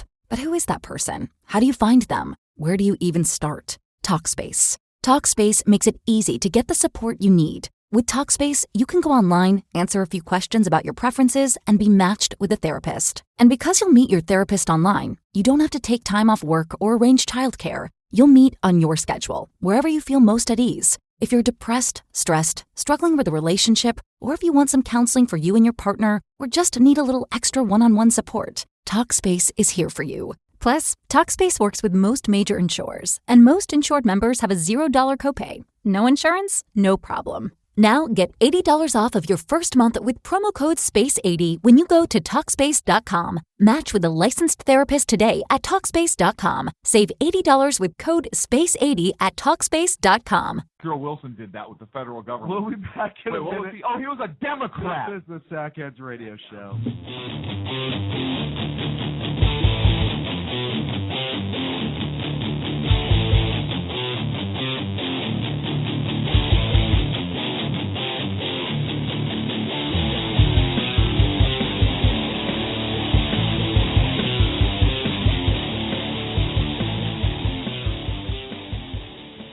you doing? John Grant here. When I'm not slaving over a hot microphone on the 405radio.com Saturdays at 10 a.m. Eastern, I check out Sean and Clint here at Sackheads Radio. We all appreciate the best political bloggers, writers, and commentators. We either get them on our shows or we make fun of them, as it should be. So check us out live Saturdays at 10 a.m. Eastern or forever on the podcasts on the 405radio.com. Hey folks, this is Sackhead Clint. I want to take this opportunity to thank the men and women of our armed forces, as well as our first responders, law enforcement, firefighters, and emergency medical personnel. Thank you for all you do. Thank you for making this country and our communities a better and safer place. God bless. Hi, this is Sarah Marie Brenner. You know, we often talk on the Brenner Brief about the fact that there really needs to be an organization to help people at the local level who are interested in running for things like school boards, city council, and other local offices. Well, I think I finally have the solution for you, at least for you women out there. It's called Politigal Network, Politigal Network.com. Their website's going to be launching mid-August, but they're already on Twitter at PolitigalUSA. I encourage you to follow them and become a member. Their goal is to be the #1 resource for conservative women. So if you love freedom, liberty, the United States of America, and politics, check out PolitigalNetwork.com or Twitter at PolitigalUSA. Hey guys, it's Sean from Sackheads Radio. I know I've said it before. Check out our friends at conservativeoutcry.net, but I really mean it. If you want interesting and exciting political commentary and analysis, that is the place to get it. Different, always spot on, always truthful, never pulling a punch. conservativeoutcry.net. Tell Rooster to get Bulldog back on and that Sackheads Radio sent you. And also, coming soon, the Sackheads Radio Forum on conservativeoutcry.net. Hey guys, it's Sean from Sackheads Radio. I want to talk to you a minute about our friends over at HomefrontHugs.com. They're an amazing organization of volunteers who take their time, effort, and money to take care of our troops overseas as they serve our great nation. HomefrontHugs.com. You can donate, write letters to troops, adopt a troop, you name it, you can do it. Help those wonderful folks who protect our freedoms. Go to HomefrontHugs.com. Tell them Sackheads Radio sent you. Hey, this is Sackhead Clint. I want to take this opportunity to thank our men and women in uniform of the armed forces. Hey, this is Sackhead Clint. I want to take this opportunity to thank our men and women. Hey, this is Sackhead Clint. I want to take this opportunity to thank the men and women of our armed forces, as well as our... God. You going to mention me this time? Thank you, Sean. You said mention you, right? Oh. You totally need to keep that as an outtake. Now back to Clint and Sean on Sackheads Radio, radiating elegancy and quality. Of course you're calling people a racist. Not call. Who does he think he is? I'm not calling anybody a racist. Yeah, you are. Racist. Wait, calm down. What? Calm down. Oh, go ahead. I like to see him getting angry. He dressed up best when he's angry. Let me know when we come back on. Oh, that's friggin' ridiculous. 347-205-9399. Oh, we must be on. Hey, yeah, we've been back. So, okay, thanks. Hey, Mother Goose, who's been a chat superstar for us tonight, nice. Is they sent us this is from gulagbound.com. It's a list of all the joint exercises between city government, law enforcement, state government, law enforcement, and military. And they also sent... Whoa. And who? Military. I didn't think they were supposed to be taking action on they U.S. citizens. According to what happened, and a lot of this came from Miami last week, where they did a joint operation. Miami and a bunch of local departments down there did operations with the military. We talked about one of these before. Yeah, I think it was the Massachusetts one. It was... I forget the name, which city it was in Massachusetts, down by Foxborough somewhere. Either way, it's where the Patriots play. But this just happened in Miami next year. Next year, yeah, they're golfing right now, unfortunately. Really gonna just kill my stream. I apologize. But a lot of people didn't know there was a photographer who just flew into town just before it happened that didn't have any idea what was going on. He looked out his window of his hotel and there was a whole bunch of Blackhawks flying around. They had simulated gunfire, automatic gunfire, all this other stuff. They said they notified people. I'm sure they tried, but I'm just going to run down a list of cities that this type of thing has happened in, and bear with me because I just got this list. We'll start with the most recent and work backwards. I believe Miami, Harrisburg, Pennsylvania, I believe, Minneapolis, Minnesota, St. Paul, Minnesota, Denver, Galveston, Texas, Worcester, I believe, Massachusetts. It's pronounced Worcester, not Worcester. Anyone get it right? Houston, Los Angeles, Laredo, it's Worcestershire, Chicago, Boston, St. Louis. It's also pronounced Boston. Everyone get it straight. New Jersey, Portsmouth, not Portsmouth, so knock it off. Scottsdale, Arizona, and there's another one out there too. But that's just the short list that I got. This has nothing to do with the fact that they've bought all these hardened vehicles, Homeland Security, all these weapons that they bought. They bought a whole bunch of AR-15s recently for Homeland Security to go with the, 1 million rounds of ammunition or something like that they bought 4 or 5 months ago. And now all these hardened APC or armored personnel carrying vehicles are showing up. By the FEMA vehicles? Yes. Still not worried, folks? You know what? I would be worried if I'm not, and here's why. I would be really worried if this president said something like, we need a civilian force just as well trained, just as well funded, and just as well armed as the United States military. I'd be worried if he made any kind of statement or something like that at any time in the past. Yeah. I would be worried, though, if the president had said something like that in the... Oh, wait. He did. He did. Okay, yeah, I'm worried. So, I'm sorry, I was corrected. It was billions of rounds. Of ammunition? That Homeland Security, billions of rounds that they bought. So, that's not at all frightening. I don't care. I know I have a couple friends who listen to the show. They're like, wow, you're really starting to get conspiracy theorists. You don't have any friends. No, I pay them well. Okay. Usually it's a cup of coffee and a donut. I didn't know you knew any cops. Sorry.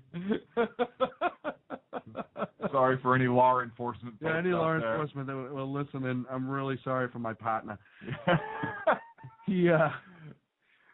But, I had a couple friends that say, you're starting to go a little conspiracy theorist on your show. Yeah. And I damn good reason. Look at what's happened in the last... Now, hang on a second. I don't think you're conspiracy theorists because you can point to specific articulable facts to point to your position. I know. Thank you. You're welcome. So you don't think I'm losing it? No. I think you're finally getting your eyes open.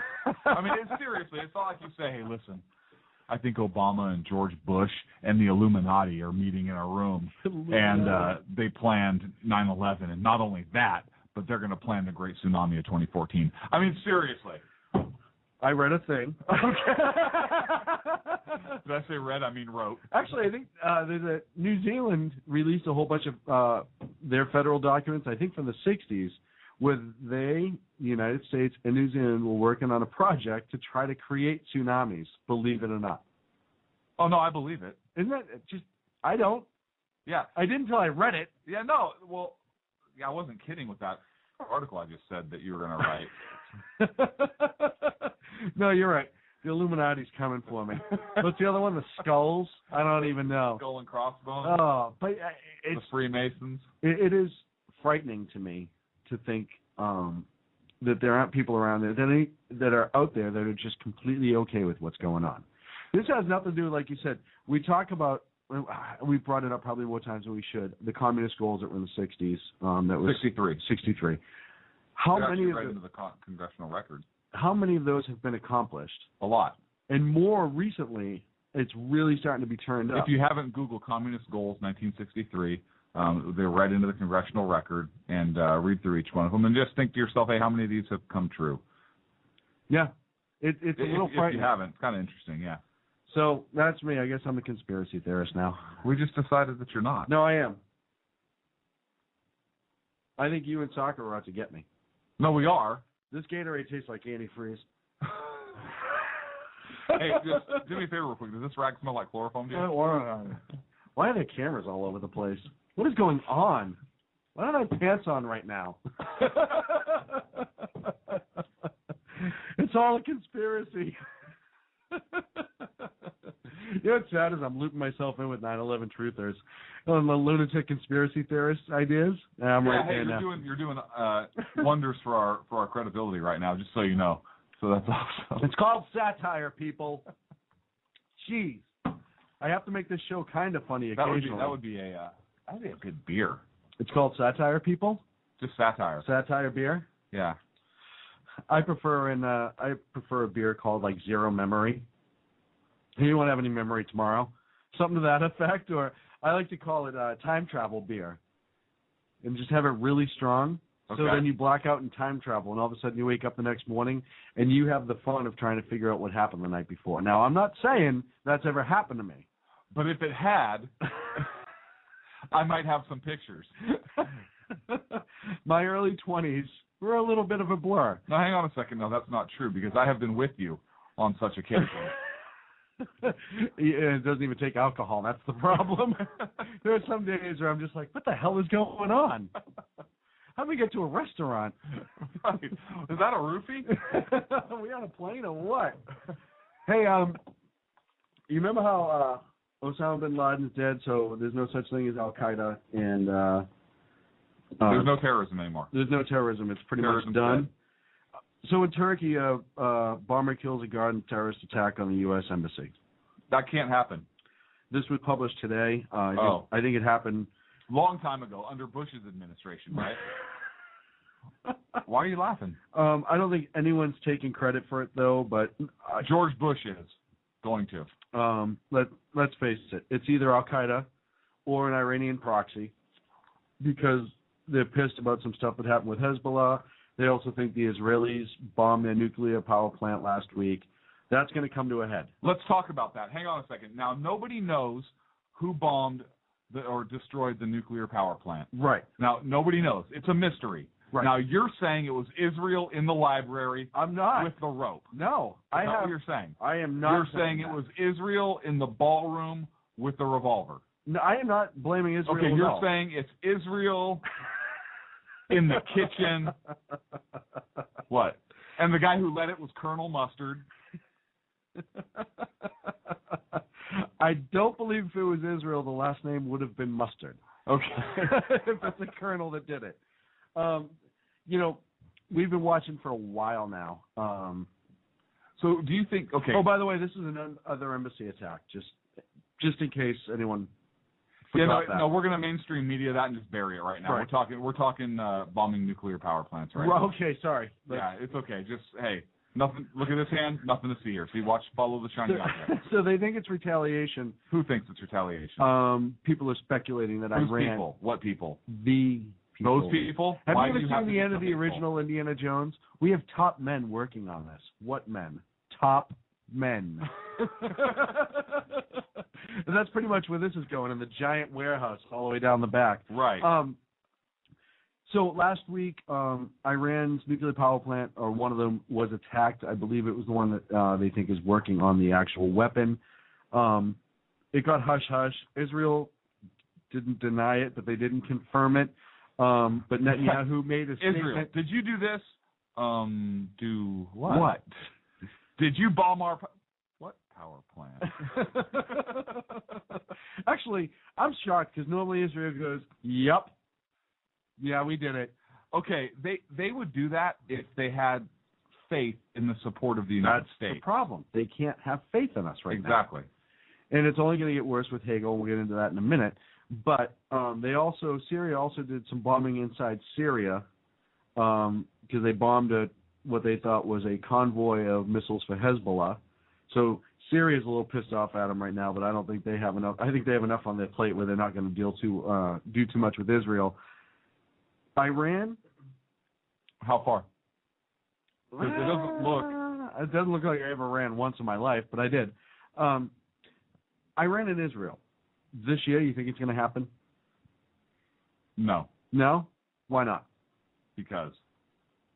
That's a solid answer, and I appreciate your honesty. Well, I found something that I wanted to share with you. Okay. It's from Arutz Shiva 7. Okay. Which is IsraelNationalNews.com. Yeah, I actually know what that was. And I know, but for some people who I'm sorry.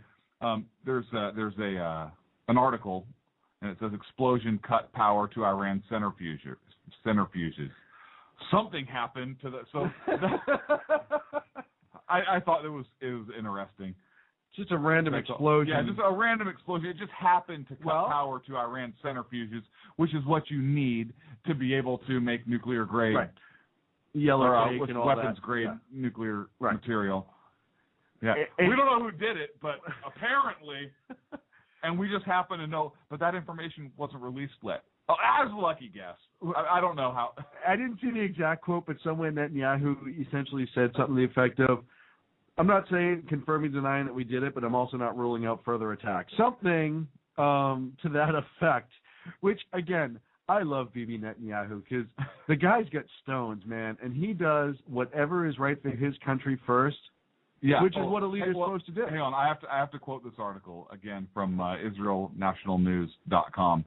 Assassinations of nuclear scientists, mysterious crashes of airplanes carrying physicists and generals, and cyber attacks have been carried out over the past 3 years, presumably by agents working for Israel, to disturb Iran's nuclear development. Seriously.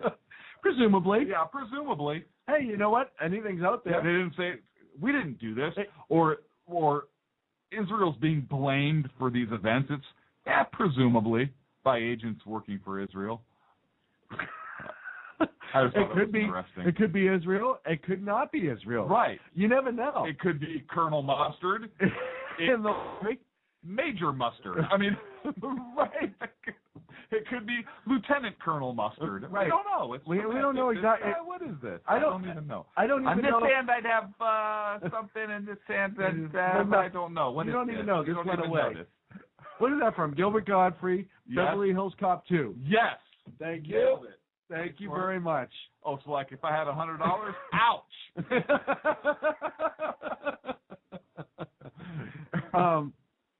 Yeah. Nice and crisp.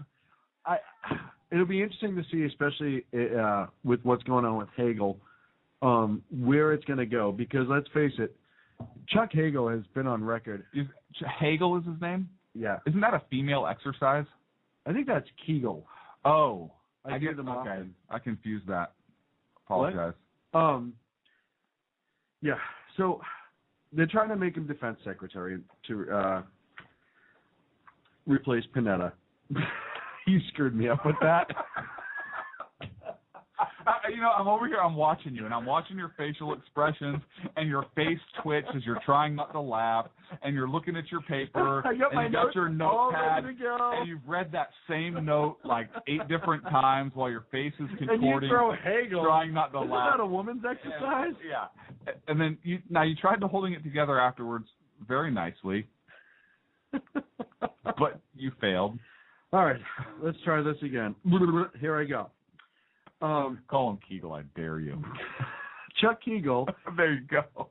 has made numerous controversial statements against Israel. I don't think so. I bet you have no proof or direct quotes from him. Okay. I bet all those quotes they're just misconstrued. I believe this is from August 27th, 1998. Hit me with it. I bet the Israeli government essentially continues to play games. Desperate men do desperate things when you take hope away, and that's where they are with. And that's where the Palestinians are today. Okay, all he was doing was campaigning for Obama because he knew that Obama's slogan would be hope and change. So if you take that hope away, I see that. And all he said is they're playing games. I mean, now who knows? They're talking like Monopoly, Dreidel. I don't know. So I don't see anything there. Next quote.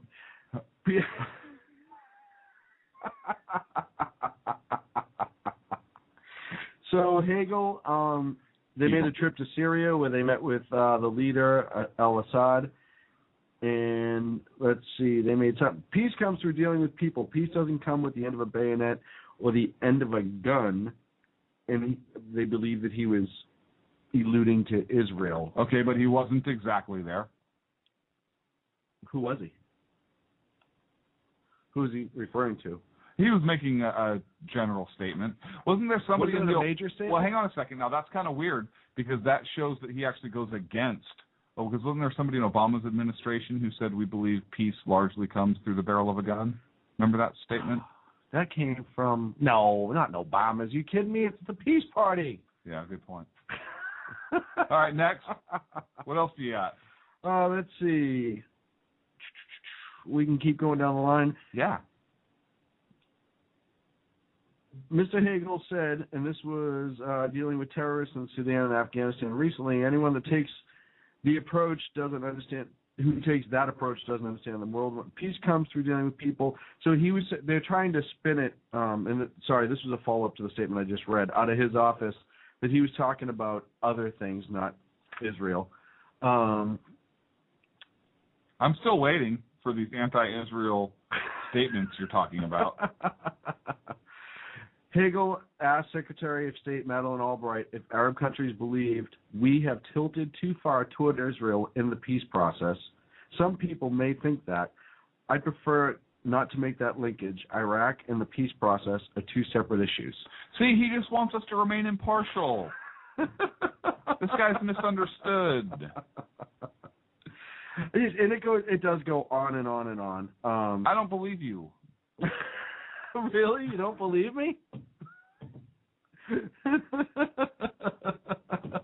Why not? Because they're all here on paper in front of me, and I'm not going to dance for you, monkey. They're all. No way. Listen, there's nothing concrete there.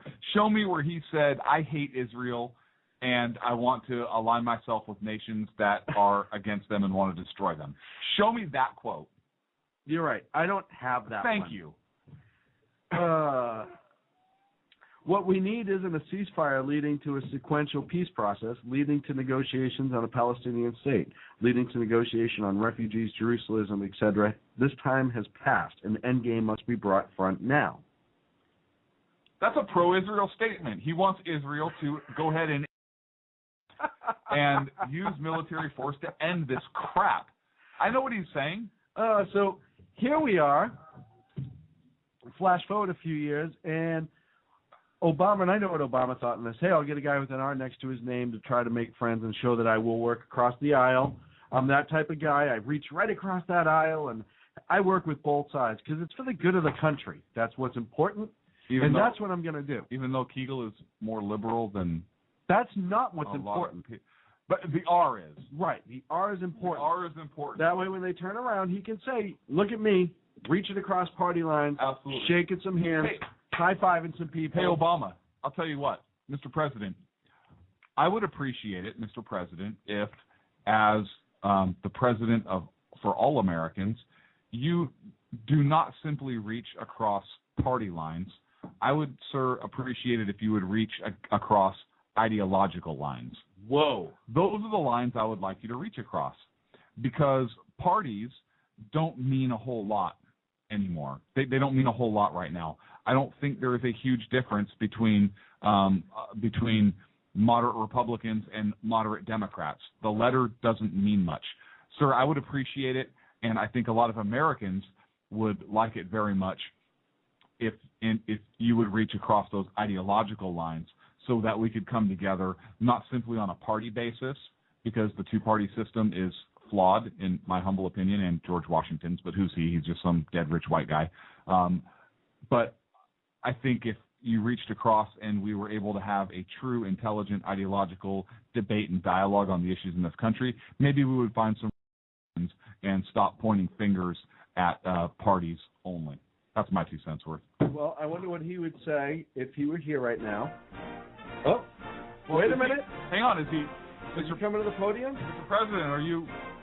Who is that? That's Mr. President, can you please respond to Sackhead's request? If you got a business, you didn't build that. That's not, no, sir. No, sir, that's not the question. You apparently aren't listening. That was not the question. Do you want to ask it again? Yeah.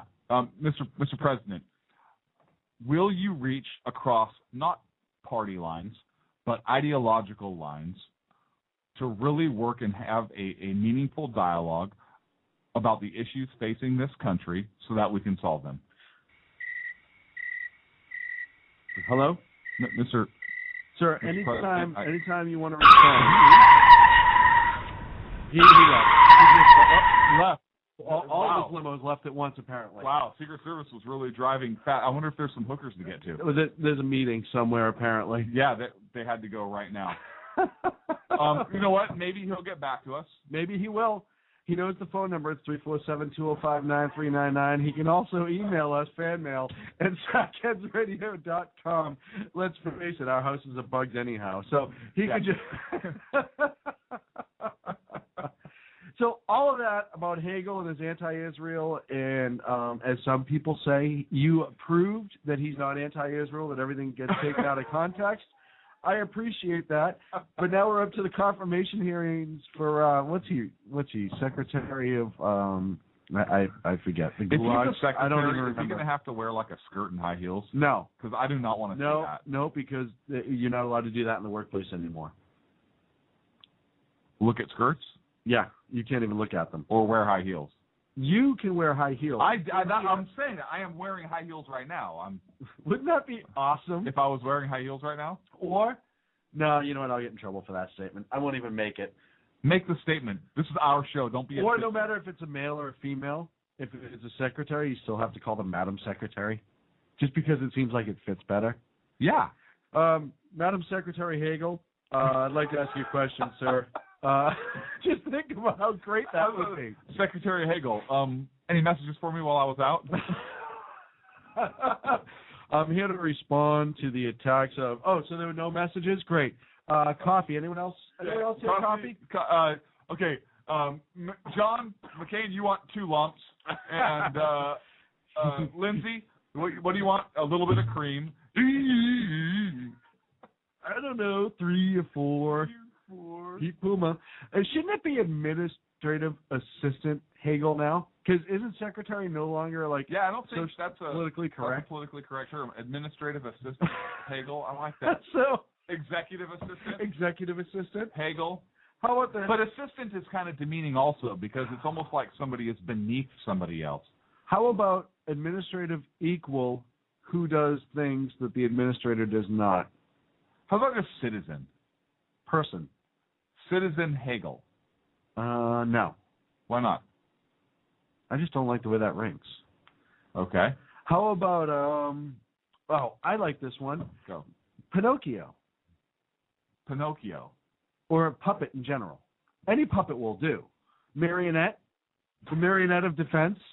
Can I have the marionette of defense out here, please? And he just comes out, just arms are flailing, just, as the president, I want you to dance to this monkey that's twisting the music box. And you just see the arms and legs going. Where the hell did we go with this show? I don't know. How are we against our last break and we haven't even got into the confirmation of Hagel yet? This is awful. I'm just kidding. The show rocks. No, yeah, it does. We come back. We'll go through the confirmation of Hagel and wrap up the show. The phone number is 347-205. Hang on a second. Don't call because it's too late now. We actually have some material to get to. Yeah, well, no, we don't. Sackheads Radio. Hey guys, it's Sean from Sackheads Radio. I want to talk to you a minute about our friends over at HomefrontHugs.com. They're an amazing organization of volunteers who take their time, effort, and money to take care of our troops overseas as they serve our great nation. HomefrontHugs.com. You can donate, write letters to troops, adopt a troop, you name it, you can do it. Help those wonderful folks who protect our freedoms. Go to HomefrontHugs.com. Tell them Sackheads Radio sent you. How you doing? John Grant here. When I'm not slaving over a hot microphone on the 405radio.com Saturdays at 10 a.m. Eastern, I check out Sean and Clint here at Sackheads Radio. We all appreciate the best political bloggers, writers, and commentators. We either get them on our shows or we make fun of them, as it should be. So check us out live Saturdays at 10 a.m. Eastern or forever on the podcasts on the 405radio.com. Hey, this is Sackhead Clint. I want to take this opportunity to thank all the wingnut leaders throughout the world to give our men and women of the armed forces a job, as well as all the anarchists, terrorists, and Occupy folks that give our men and women in uniform on the home front, firefighters, law enforcement personnel, and first responders, job security here in the States as well. So thank all you wingnuts out there. This is Sackhead Clint saying have a good day. Hi, this is Sarah Marie Brenner. You know, we often talk on the Brenner Brief about the fact that there really needs to be an organization to help people at the local level who are interested in running for things like school board, city council, and other local offices. Well, I think I finally have the solution for you, at least for you women out there. It's called Politigal Network, Politigal Network.com. Their website's going to be launching mid-August, but they're already on Twitter at PolitigalUSA. I encourage you to follow them and become a member. Their goal is to be the #1 resource for conservative women. So if you love freedom, liberty, the United States of America, and politics, check out PolitigalNetwork.com or Twitter at PolitigalUSA. Hey guys, do you like our news briefs? Better yet, do you like the amazing voice that does our news briefs? Do you need some audio work done? Check out PlatinumVocalCords.com. Our friend Vanessa has years of broadcast experience. She's an absolute professional. She'll work with you, get the sound exactly how you'd want it. So go to PlatinumVocalCords.com. Tell them Sackheads Radio sent you. Hey guys, it's Sean from Sackheads Radio. I know I've said it before. Check out our friends at conservativeoutcry.net, but I really mean it. If you want interesting and exciting political commentary and analysis, that is the place to get it. Different, always spot on, always truthful, never pulling a punch. conservativeoutcry.net. Tell Rooster to get Bulldog back on and that Sackheads Radio sent you. And also, coming soon, the Sackheads Radio Forum on conservativeoutcry.net.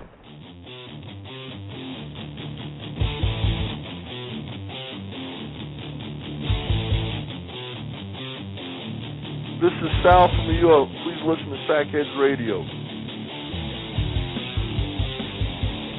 Now back to Clint and Sean on Sackheads Radio, bringing elegancy and quality.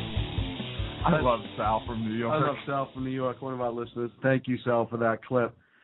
So this week we had confirmation hearings about Chuck Hagel, a giant rhino that goes out with a name Republican but doesn't act like a conservative all that often.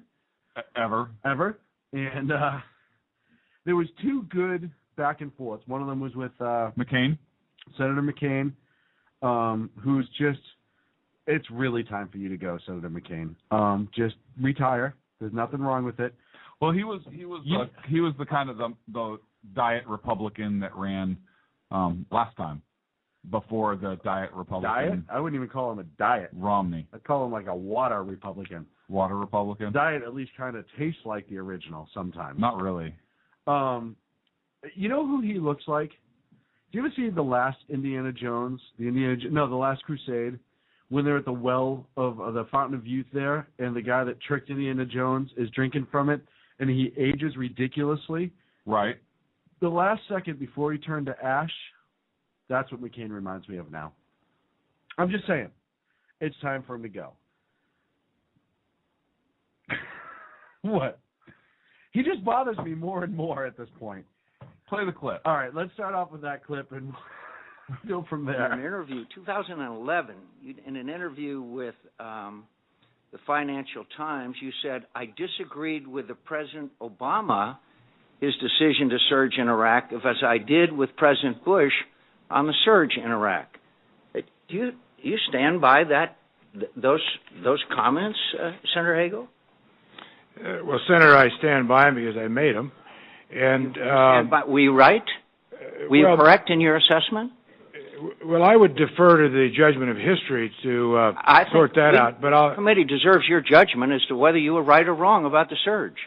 I'll explain why I made those comments. And I want to know if you were right or wrong. That's a direct question. I expect a direct answer. The surge assisted in the objective, but if we review the record a little bit... Will you please answer the question? Were you correct or incorrect when you said that the surge would be the most dangerous foreign policy blunder in this country since Vietnam? Were you correct or incorrect? Yes or no?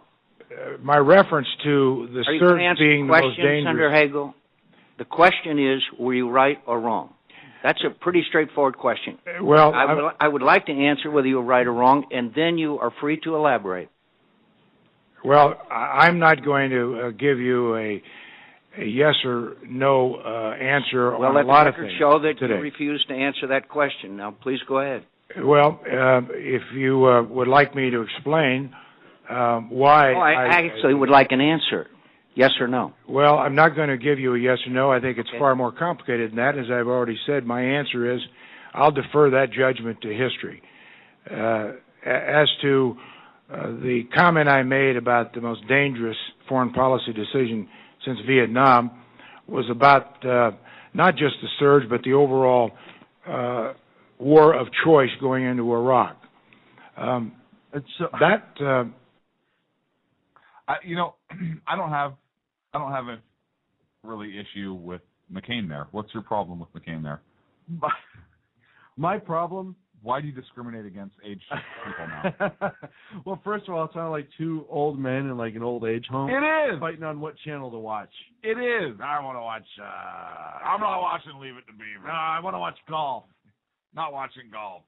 Senator, I'm watching jazzercise. Say yes or no. Would you rather watch golf or the infomercial? Well, I don't even know. I want a yes or no, Senator. No, I don't have a problem with his question in this particular statement. I have a problem with McCain overall. I did think that he should have just cut to the chase a lot sooner and say, if you're not going to say yes or no, we'll enter as a non-answer. You can elaborate if you want, but it doesn't matter. I understand what he's getting at. Or how about you don't elaborate? It's just a non-answer, right? And we'll go to the next one. I understand what he's getting at there. I think it's funny that, and this happens all the time, every time we confirm somebody. Back in 2008, they were like buddy-buddy. And at one point, I think McCain mentioned that he would consider him for Secretary of Defense. Was that 2008? That was when he was running, right? He was running against Obama. Yeah. Saying that he would consider him for Secretary of Defense if McCain was elected, and now rid of this. And I get it. They call it vetting, but it's just you have a president that the Republicans don't like, so they're going to slam him. If it was the other way around, it would be the same type of situation. And this particular statement, though, whoever wrote that for McCain, that question, I think was brilliant. I don't know if McCain wrote that himself. I don't know. But I think that is a great question because as Secretary of Defense, what would you do in that situation? Because you said you didn't support the troop surge in Iraq under both presidents, Bush and Obama, but it apparently worked, and he even said it had assistance in meeting its objective. That means it worked, whether you want to say it or not. So he did kind of answer it at some point. Which means he's wrong. He was wrong. But all he had to say is, hey, I was wrong in retrospect, blah, blah, blah, explain it, whatever. Stand by your position. 2020. Yeah. But he went on and he made up some BS and just tried to twist it. He did the whole typical politician thing, which drives me insane. I would have had respect for him if he goes, hey, you know what, I was wrong. I wouldn't have respect for him. But well, I would have had respect for the answer. I would have appreciated his honesty and said, hey, you know what, I disagree with him, but at least he's a stand-up guy and stood up and defended his position. He's defended his beliefs instead of trying to wiggle your way around it. You got the exchange with Lindsey Graham? So, yeah, this is the best one. I'll play part one first. This is the Lindsey Graham and Hagel exchange. This is part one. Let's talk a little bit about statements you made. You've explained this a bit. You said the Jewish lobby intimidates a lot of people up here. I'm not an Israeli senator. I'm a United States senator. This pressure makes us do dumb things at times. You said the Jewish lobby should not have been, that term shouldn't have been used. It should have been some other term.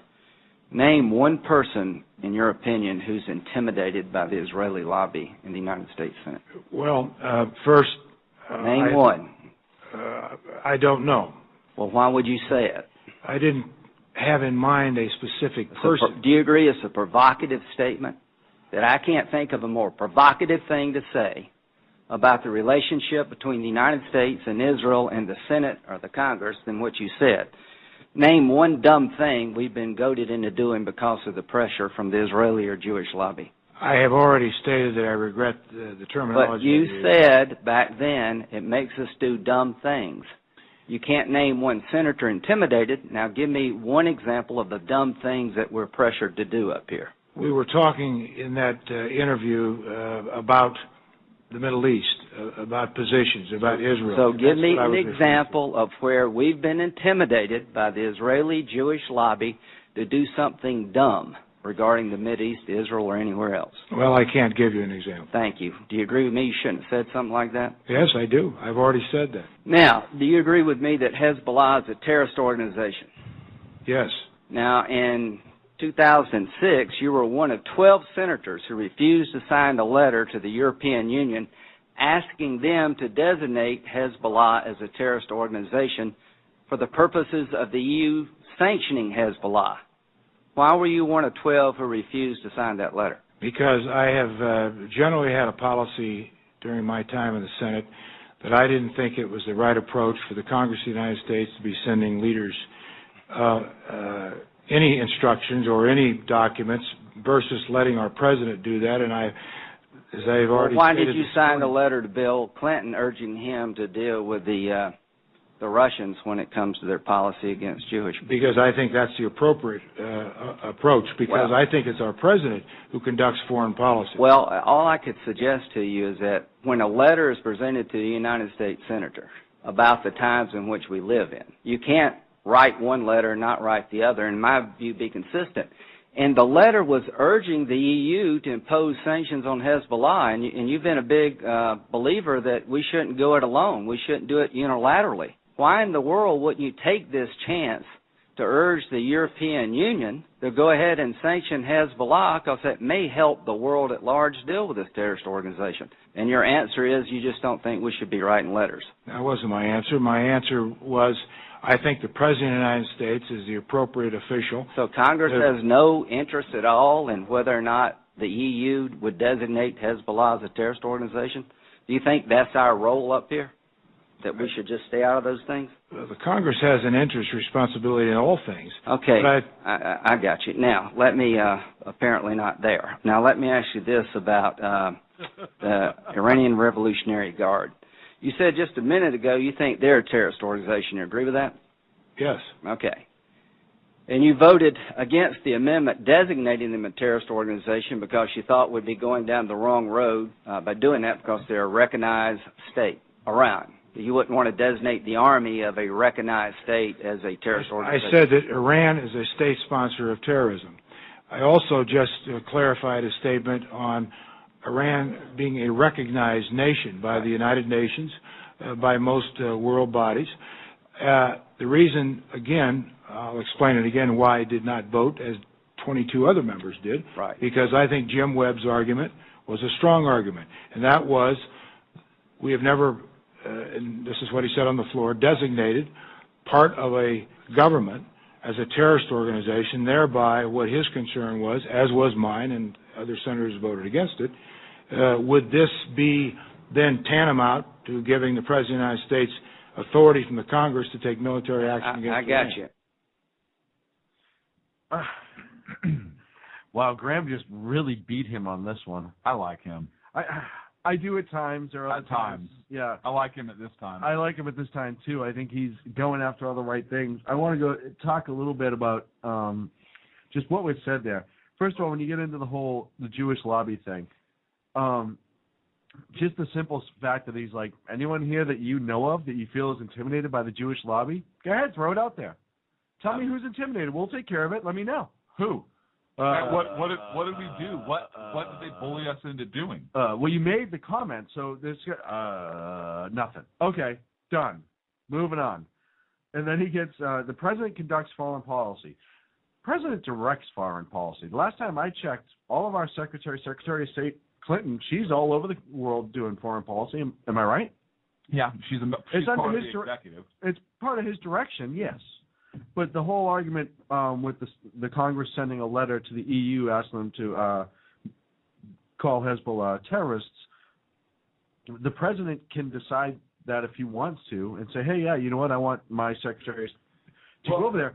But he just makes the foreign policy from his office, not necessarily for the country. Well, I have an interesting point. Okay. And because his thing is, he says that the president is the one that directs foreign policy. It's not the place of Congress, right? Well, then if that's true, then why does the power to declare war come from Congress? Rest with Congress? Weird, right? Huh, so maybe Congress does have something to do with foreign policy. Never mind. Well, and that's a great argument, because you move into his last statement there and says Congress has no role or interest in that. Well, they would if they had the authority to declare. Oh, right. Huh. Or you know what? No.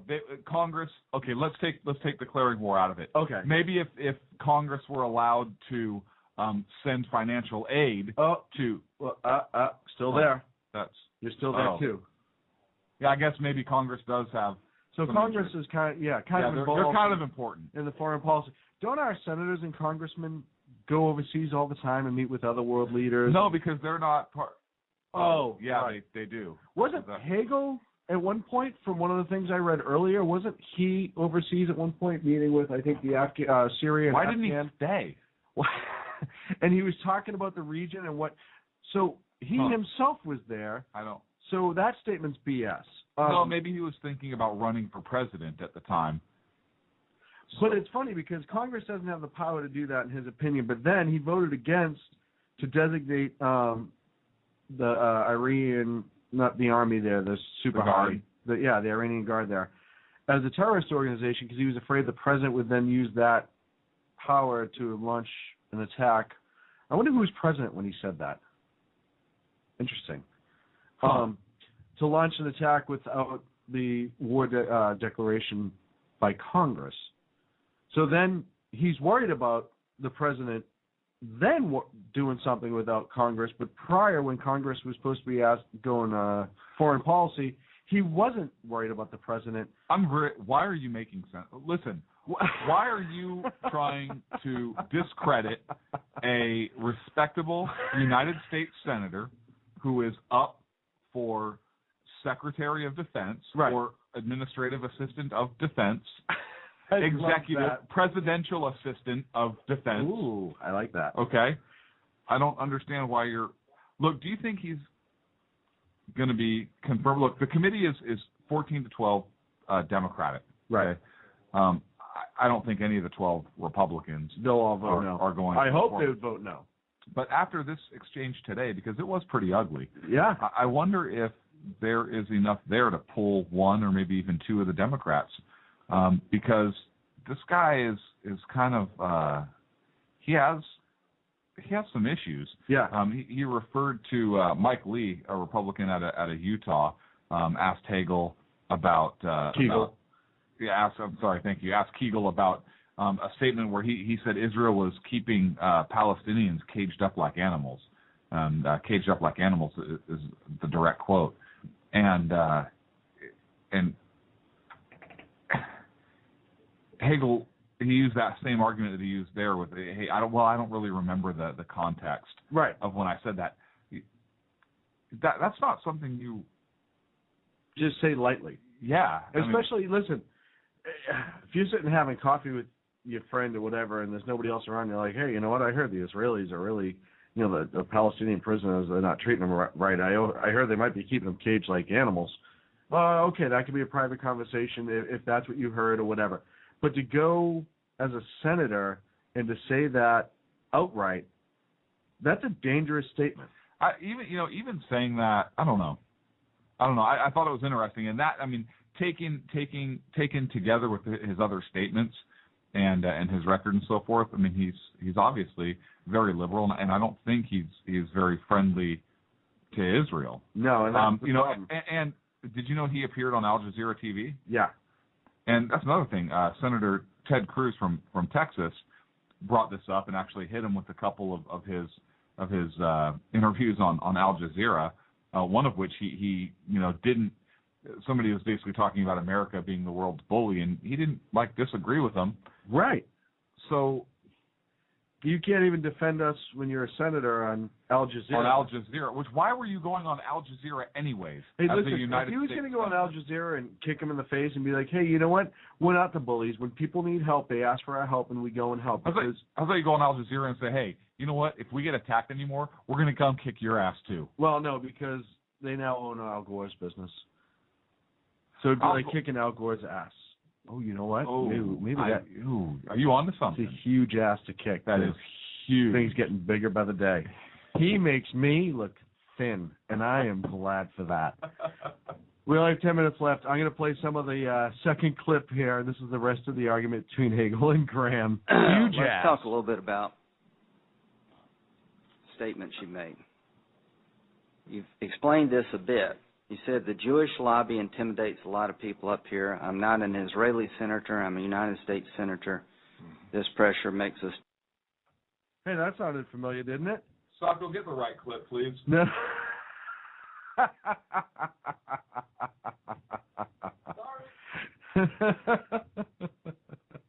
Yeah, so that was fun. Let me try the other one. Let's talk a little bit about... Really? Sacco? I put it in there, I promise. I might be fired then. I can't find it on the board. See if you can find it. We'll keep going. This could be my fault completely. Either way, the rest of the exchange... Either way, the sound guy's getting fired. No, it's probably the co-host because I can't seem to pull it up on the board, and or I may have moved it because I shouldn't be allowed to touch things.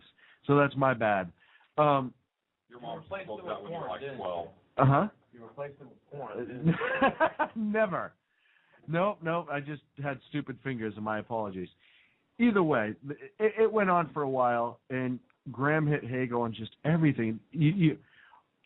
My friend said this to me the other day. He goes, when are these politicians going to realize that this isn't like the 1920s where you could say something and there's not all this recording equipment and the ability to Google it and go, hey, no, wait, right here on the official congressional record you said X, Y, and Z on this date at this time, and what did you mean by that?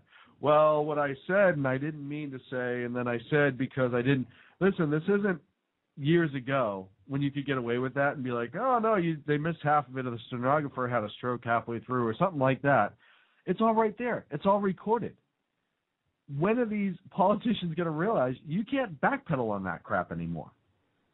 And you're better off just owning it. But here's the thing. I mean, honestly, it matters.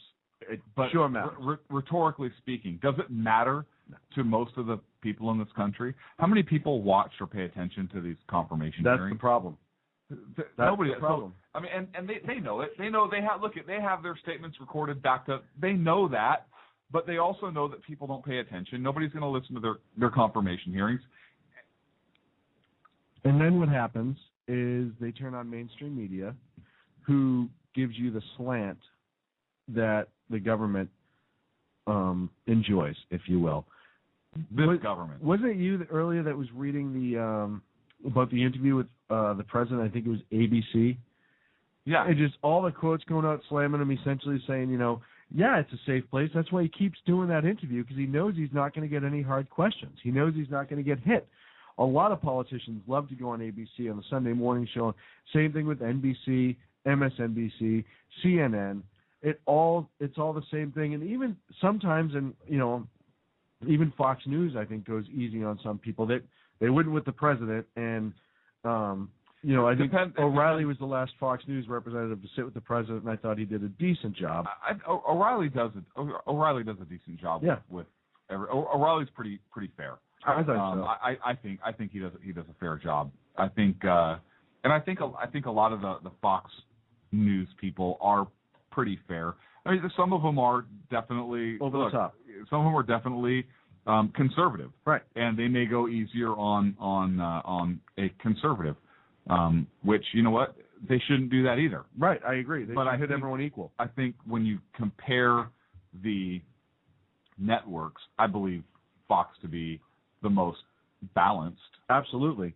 And if they lean a little bit conservative, well, they have to offset, 8 other networks that are completely left liberal falling? Yeah.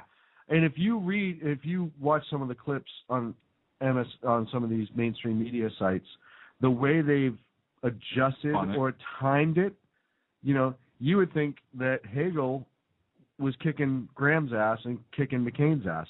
Now, granted, this was a hard one for them to spin, because I think everyone who was asking him questions, Senator Cruz, Lindsey Graham, John McCain, all did a pretty good job of laying it out so you can't really clip or adjust, and do the whole gotcha editing like they like to do sometimes, which didn't NBC just get in trouble for that recently? Was it NBC or was it ABC? It doesn't matter. It's all the ones that end with a C. They're all the same now. People. You know what? I'm going to start editing clips. But I'm going to edit clips and just do every other word no matter what. I'm going to start editing clips, too. I'm going to start adding rounds in them. What? I believe you mean magazines. Oh, yeah, and I didn't mean edit. I meant load. Right. Same difference. And before anybody thinks I'm a warmonger out to get it's for personal defense. And satire. It's satire. Because I like do you to go think to the he's range. going to get confirmed? What's that? Do you think he's going to get confirmed? Yeah, Democrats control the Senate. I think he's going to get confirmed. I don't know. It could go 13-13. Okay, to get past committee, but what about for the vote? Oh, overall, yeah. What about for the Republicans may be able to block the vote. I don't know, but it'll be tough. They have to do vote. a lot in committee right now and really pull a lot out, which it looks like they did a pretty decent job this time. Unlike Kerry, Kerry that just got floated through last time. You know what kills me is hypertension. That could. Yeah. Heart disease. Bless you. Excuse me. Thank you. What kills me is, even after waited this interview, minutes to sneeze. There were still Democrats coming out saying, "Oh yeah, I think he advanced his cause. I think he did. Oh yeah, awesome." Why can't? Well, I don't. Why know. can't they be honest and look? Just come out and be like, "Hey, you know what? Yeah, he had a rough day. He hurt his cause. You know what? Yeah, I have questions about him. This is for Hey, you know what? He stepped on his dick a little bit. Yeah. This is for the good of the country. Yeah, I agree. This is supposed to be for the country. I saw a great quote the other day. It says, it shouldn't be about Democrat or Republican. It should just be about the country. It should. And you can have your beliefs on a personal scale, but at the end it has to be what's best for the country. You can't tell me that all those Democrats sitting up there think this is what's best for the country, because I don't think it is. I really don't think he is. I think he is the absolute wrong person for this job. I agree with you. What would you say if there was a law passed that required what? LAW, folks. LAW. That required every senator and every representative in the House of Representatives to, every single one of them, to be out of office and entire new elections held every, 10, 15 years. I think that'd be fun. Just completely reset the entire system. You cannot serve more than 15 years. I think 10 years. I think we should do it like musical chairs. Every year, you pull out like 3 chairs and they have to do the walk, and whatever 3 are left standing, even if it's not their election year, you're out. You're out. Or you put in other people. And you do it every single year. And you just keep rotating it through. I'm sure, you know what, though? We can't play musical chairs because it sits people out, and now we're hurting their feelings. So that's out. Yeah, that's out. How about dodgeball? They all get a trophy. They all do get They a all trophy. get a trophy. It's called their ridiculous paycheck. All the Democrats get a trophy. All the Democrats get it. What if we did House Extreme Dodgeball, and that's how we got people out? I would want to play. I would too, but I'd want to use an air cannon. Remember on American Gladiator? They had pistol grip. You're up. Pistol grip close. Let's see. You and Feinstein. Let's see who can make it first. Ooh, got them both with one. Look like a hip, folks. Ready? Look like a hip. Dodgeball. Hey, remember like American Gladiators? We could have them do that. Where they stood up there like the tennis balls that went 300 miles an hour. American Gladiator, call it American Legislator.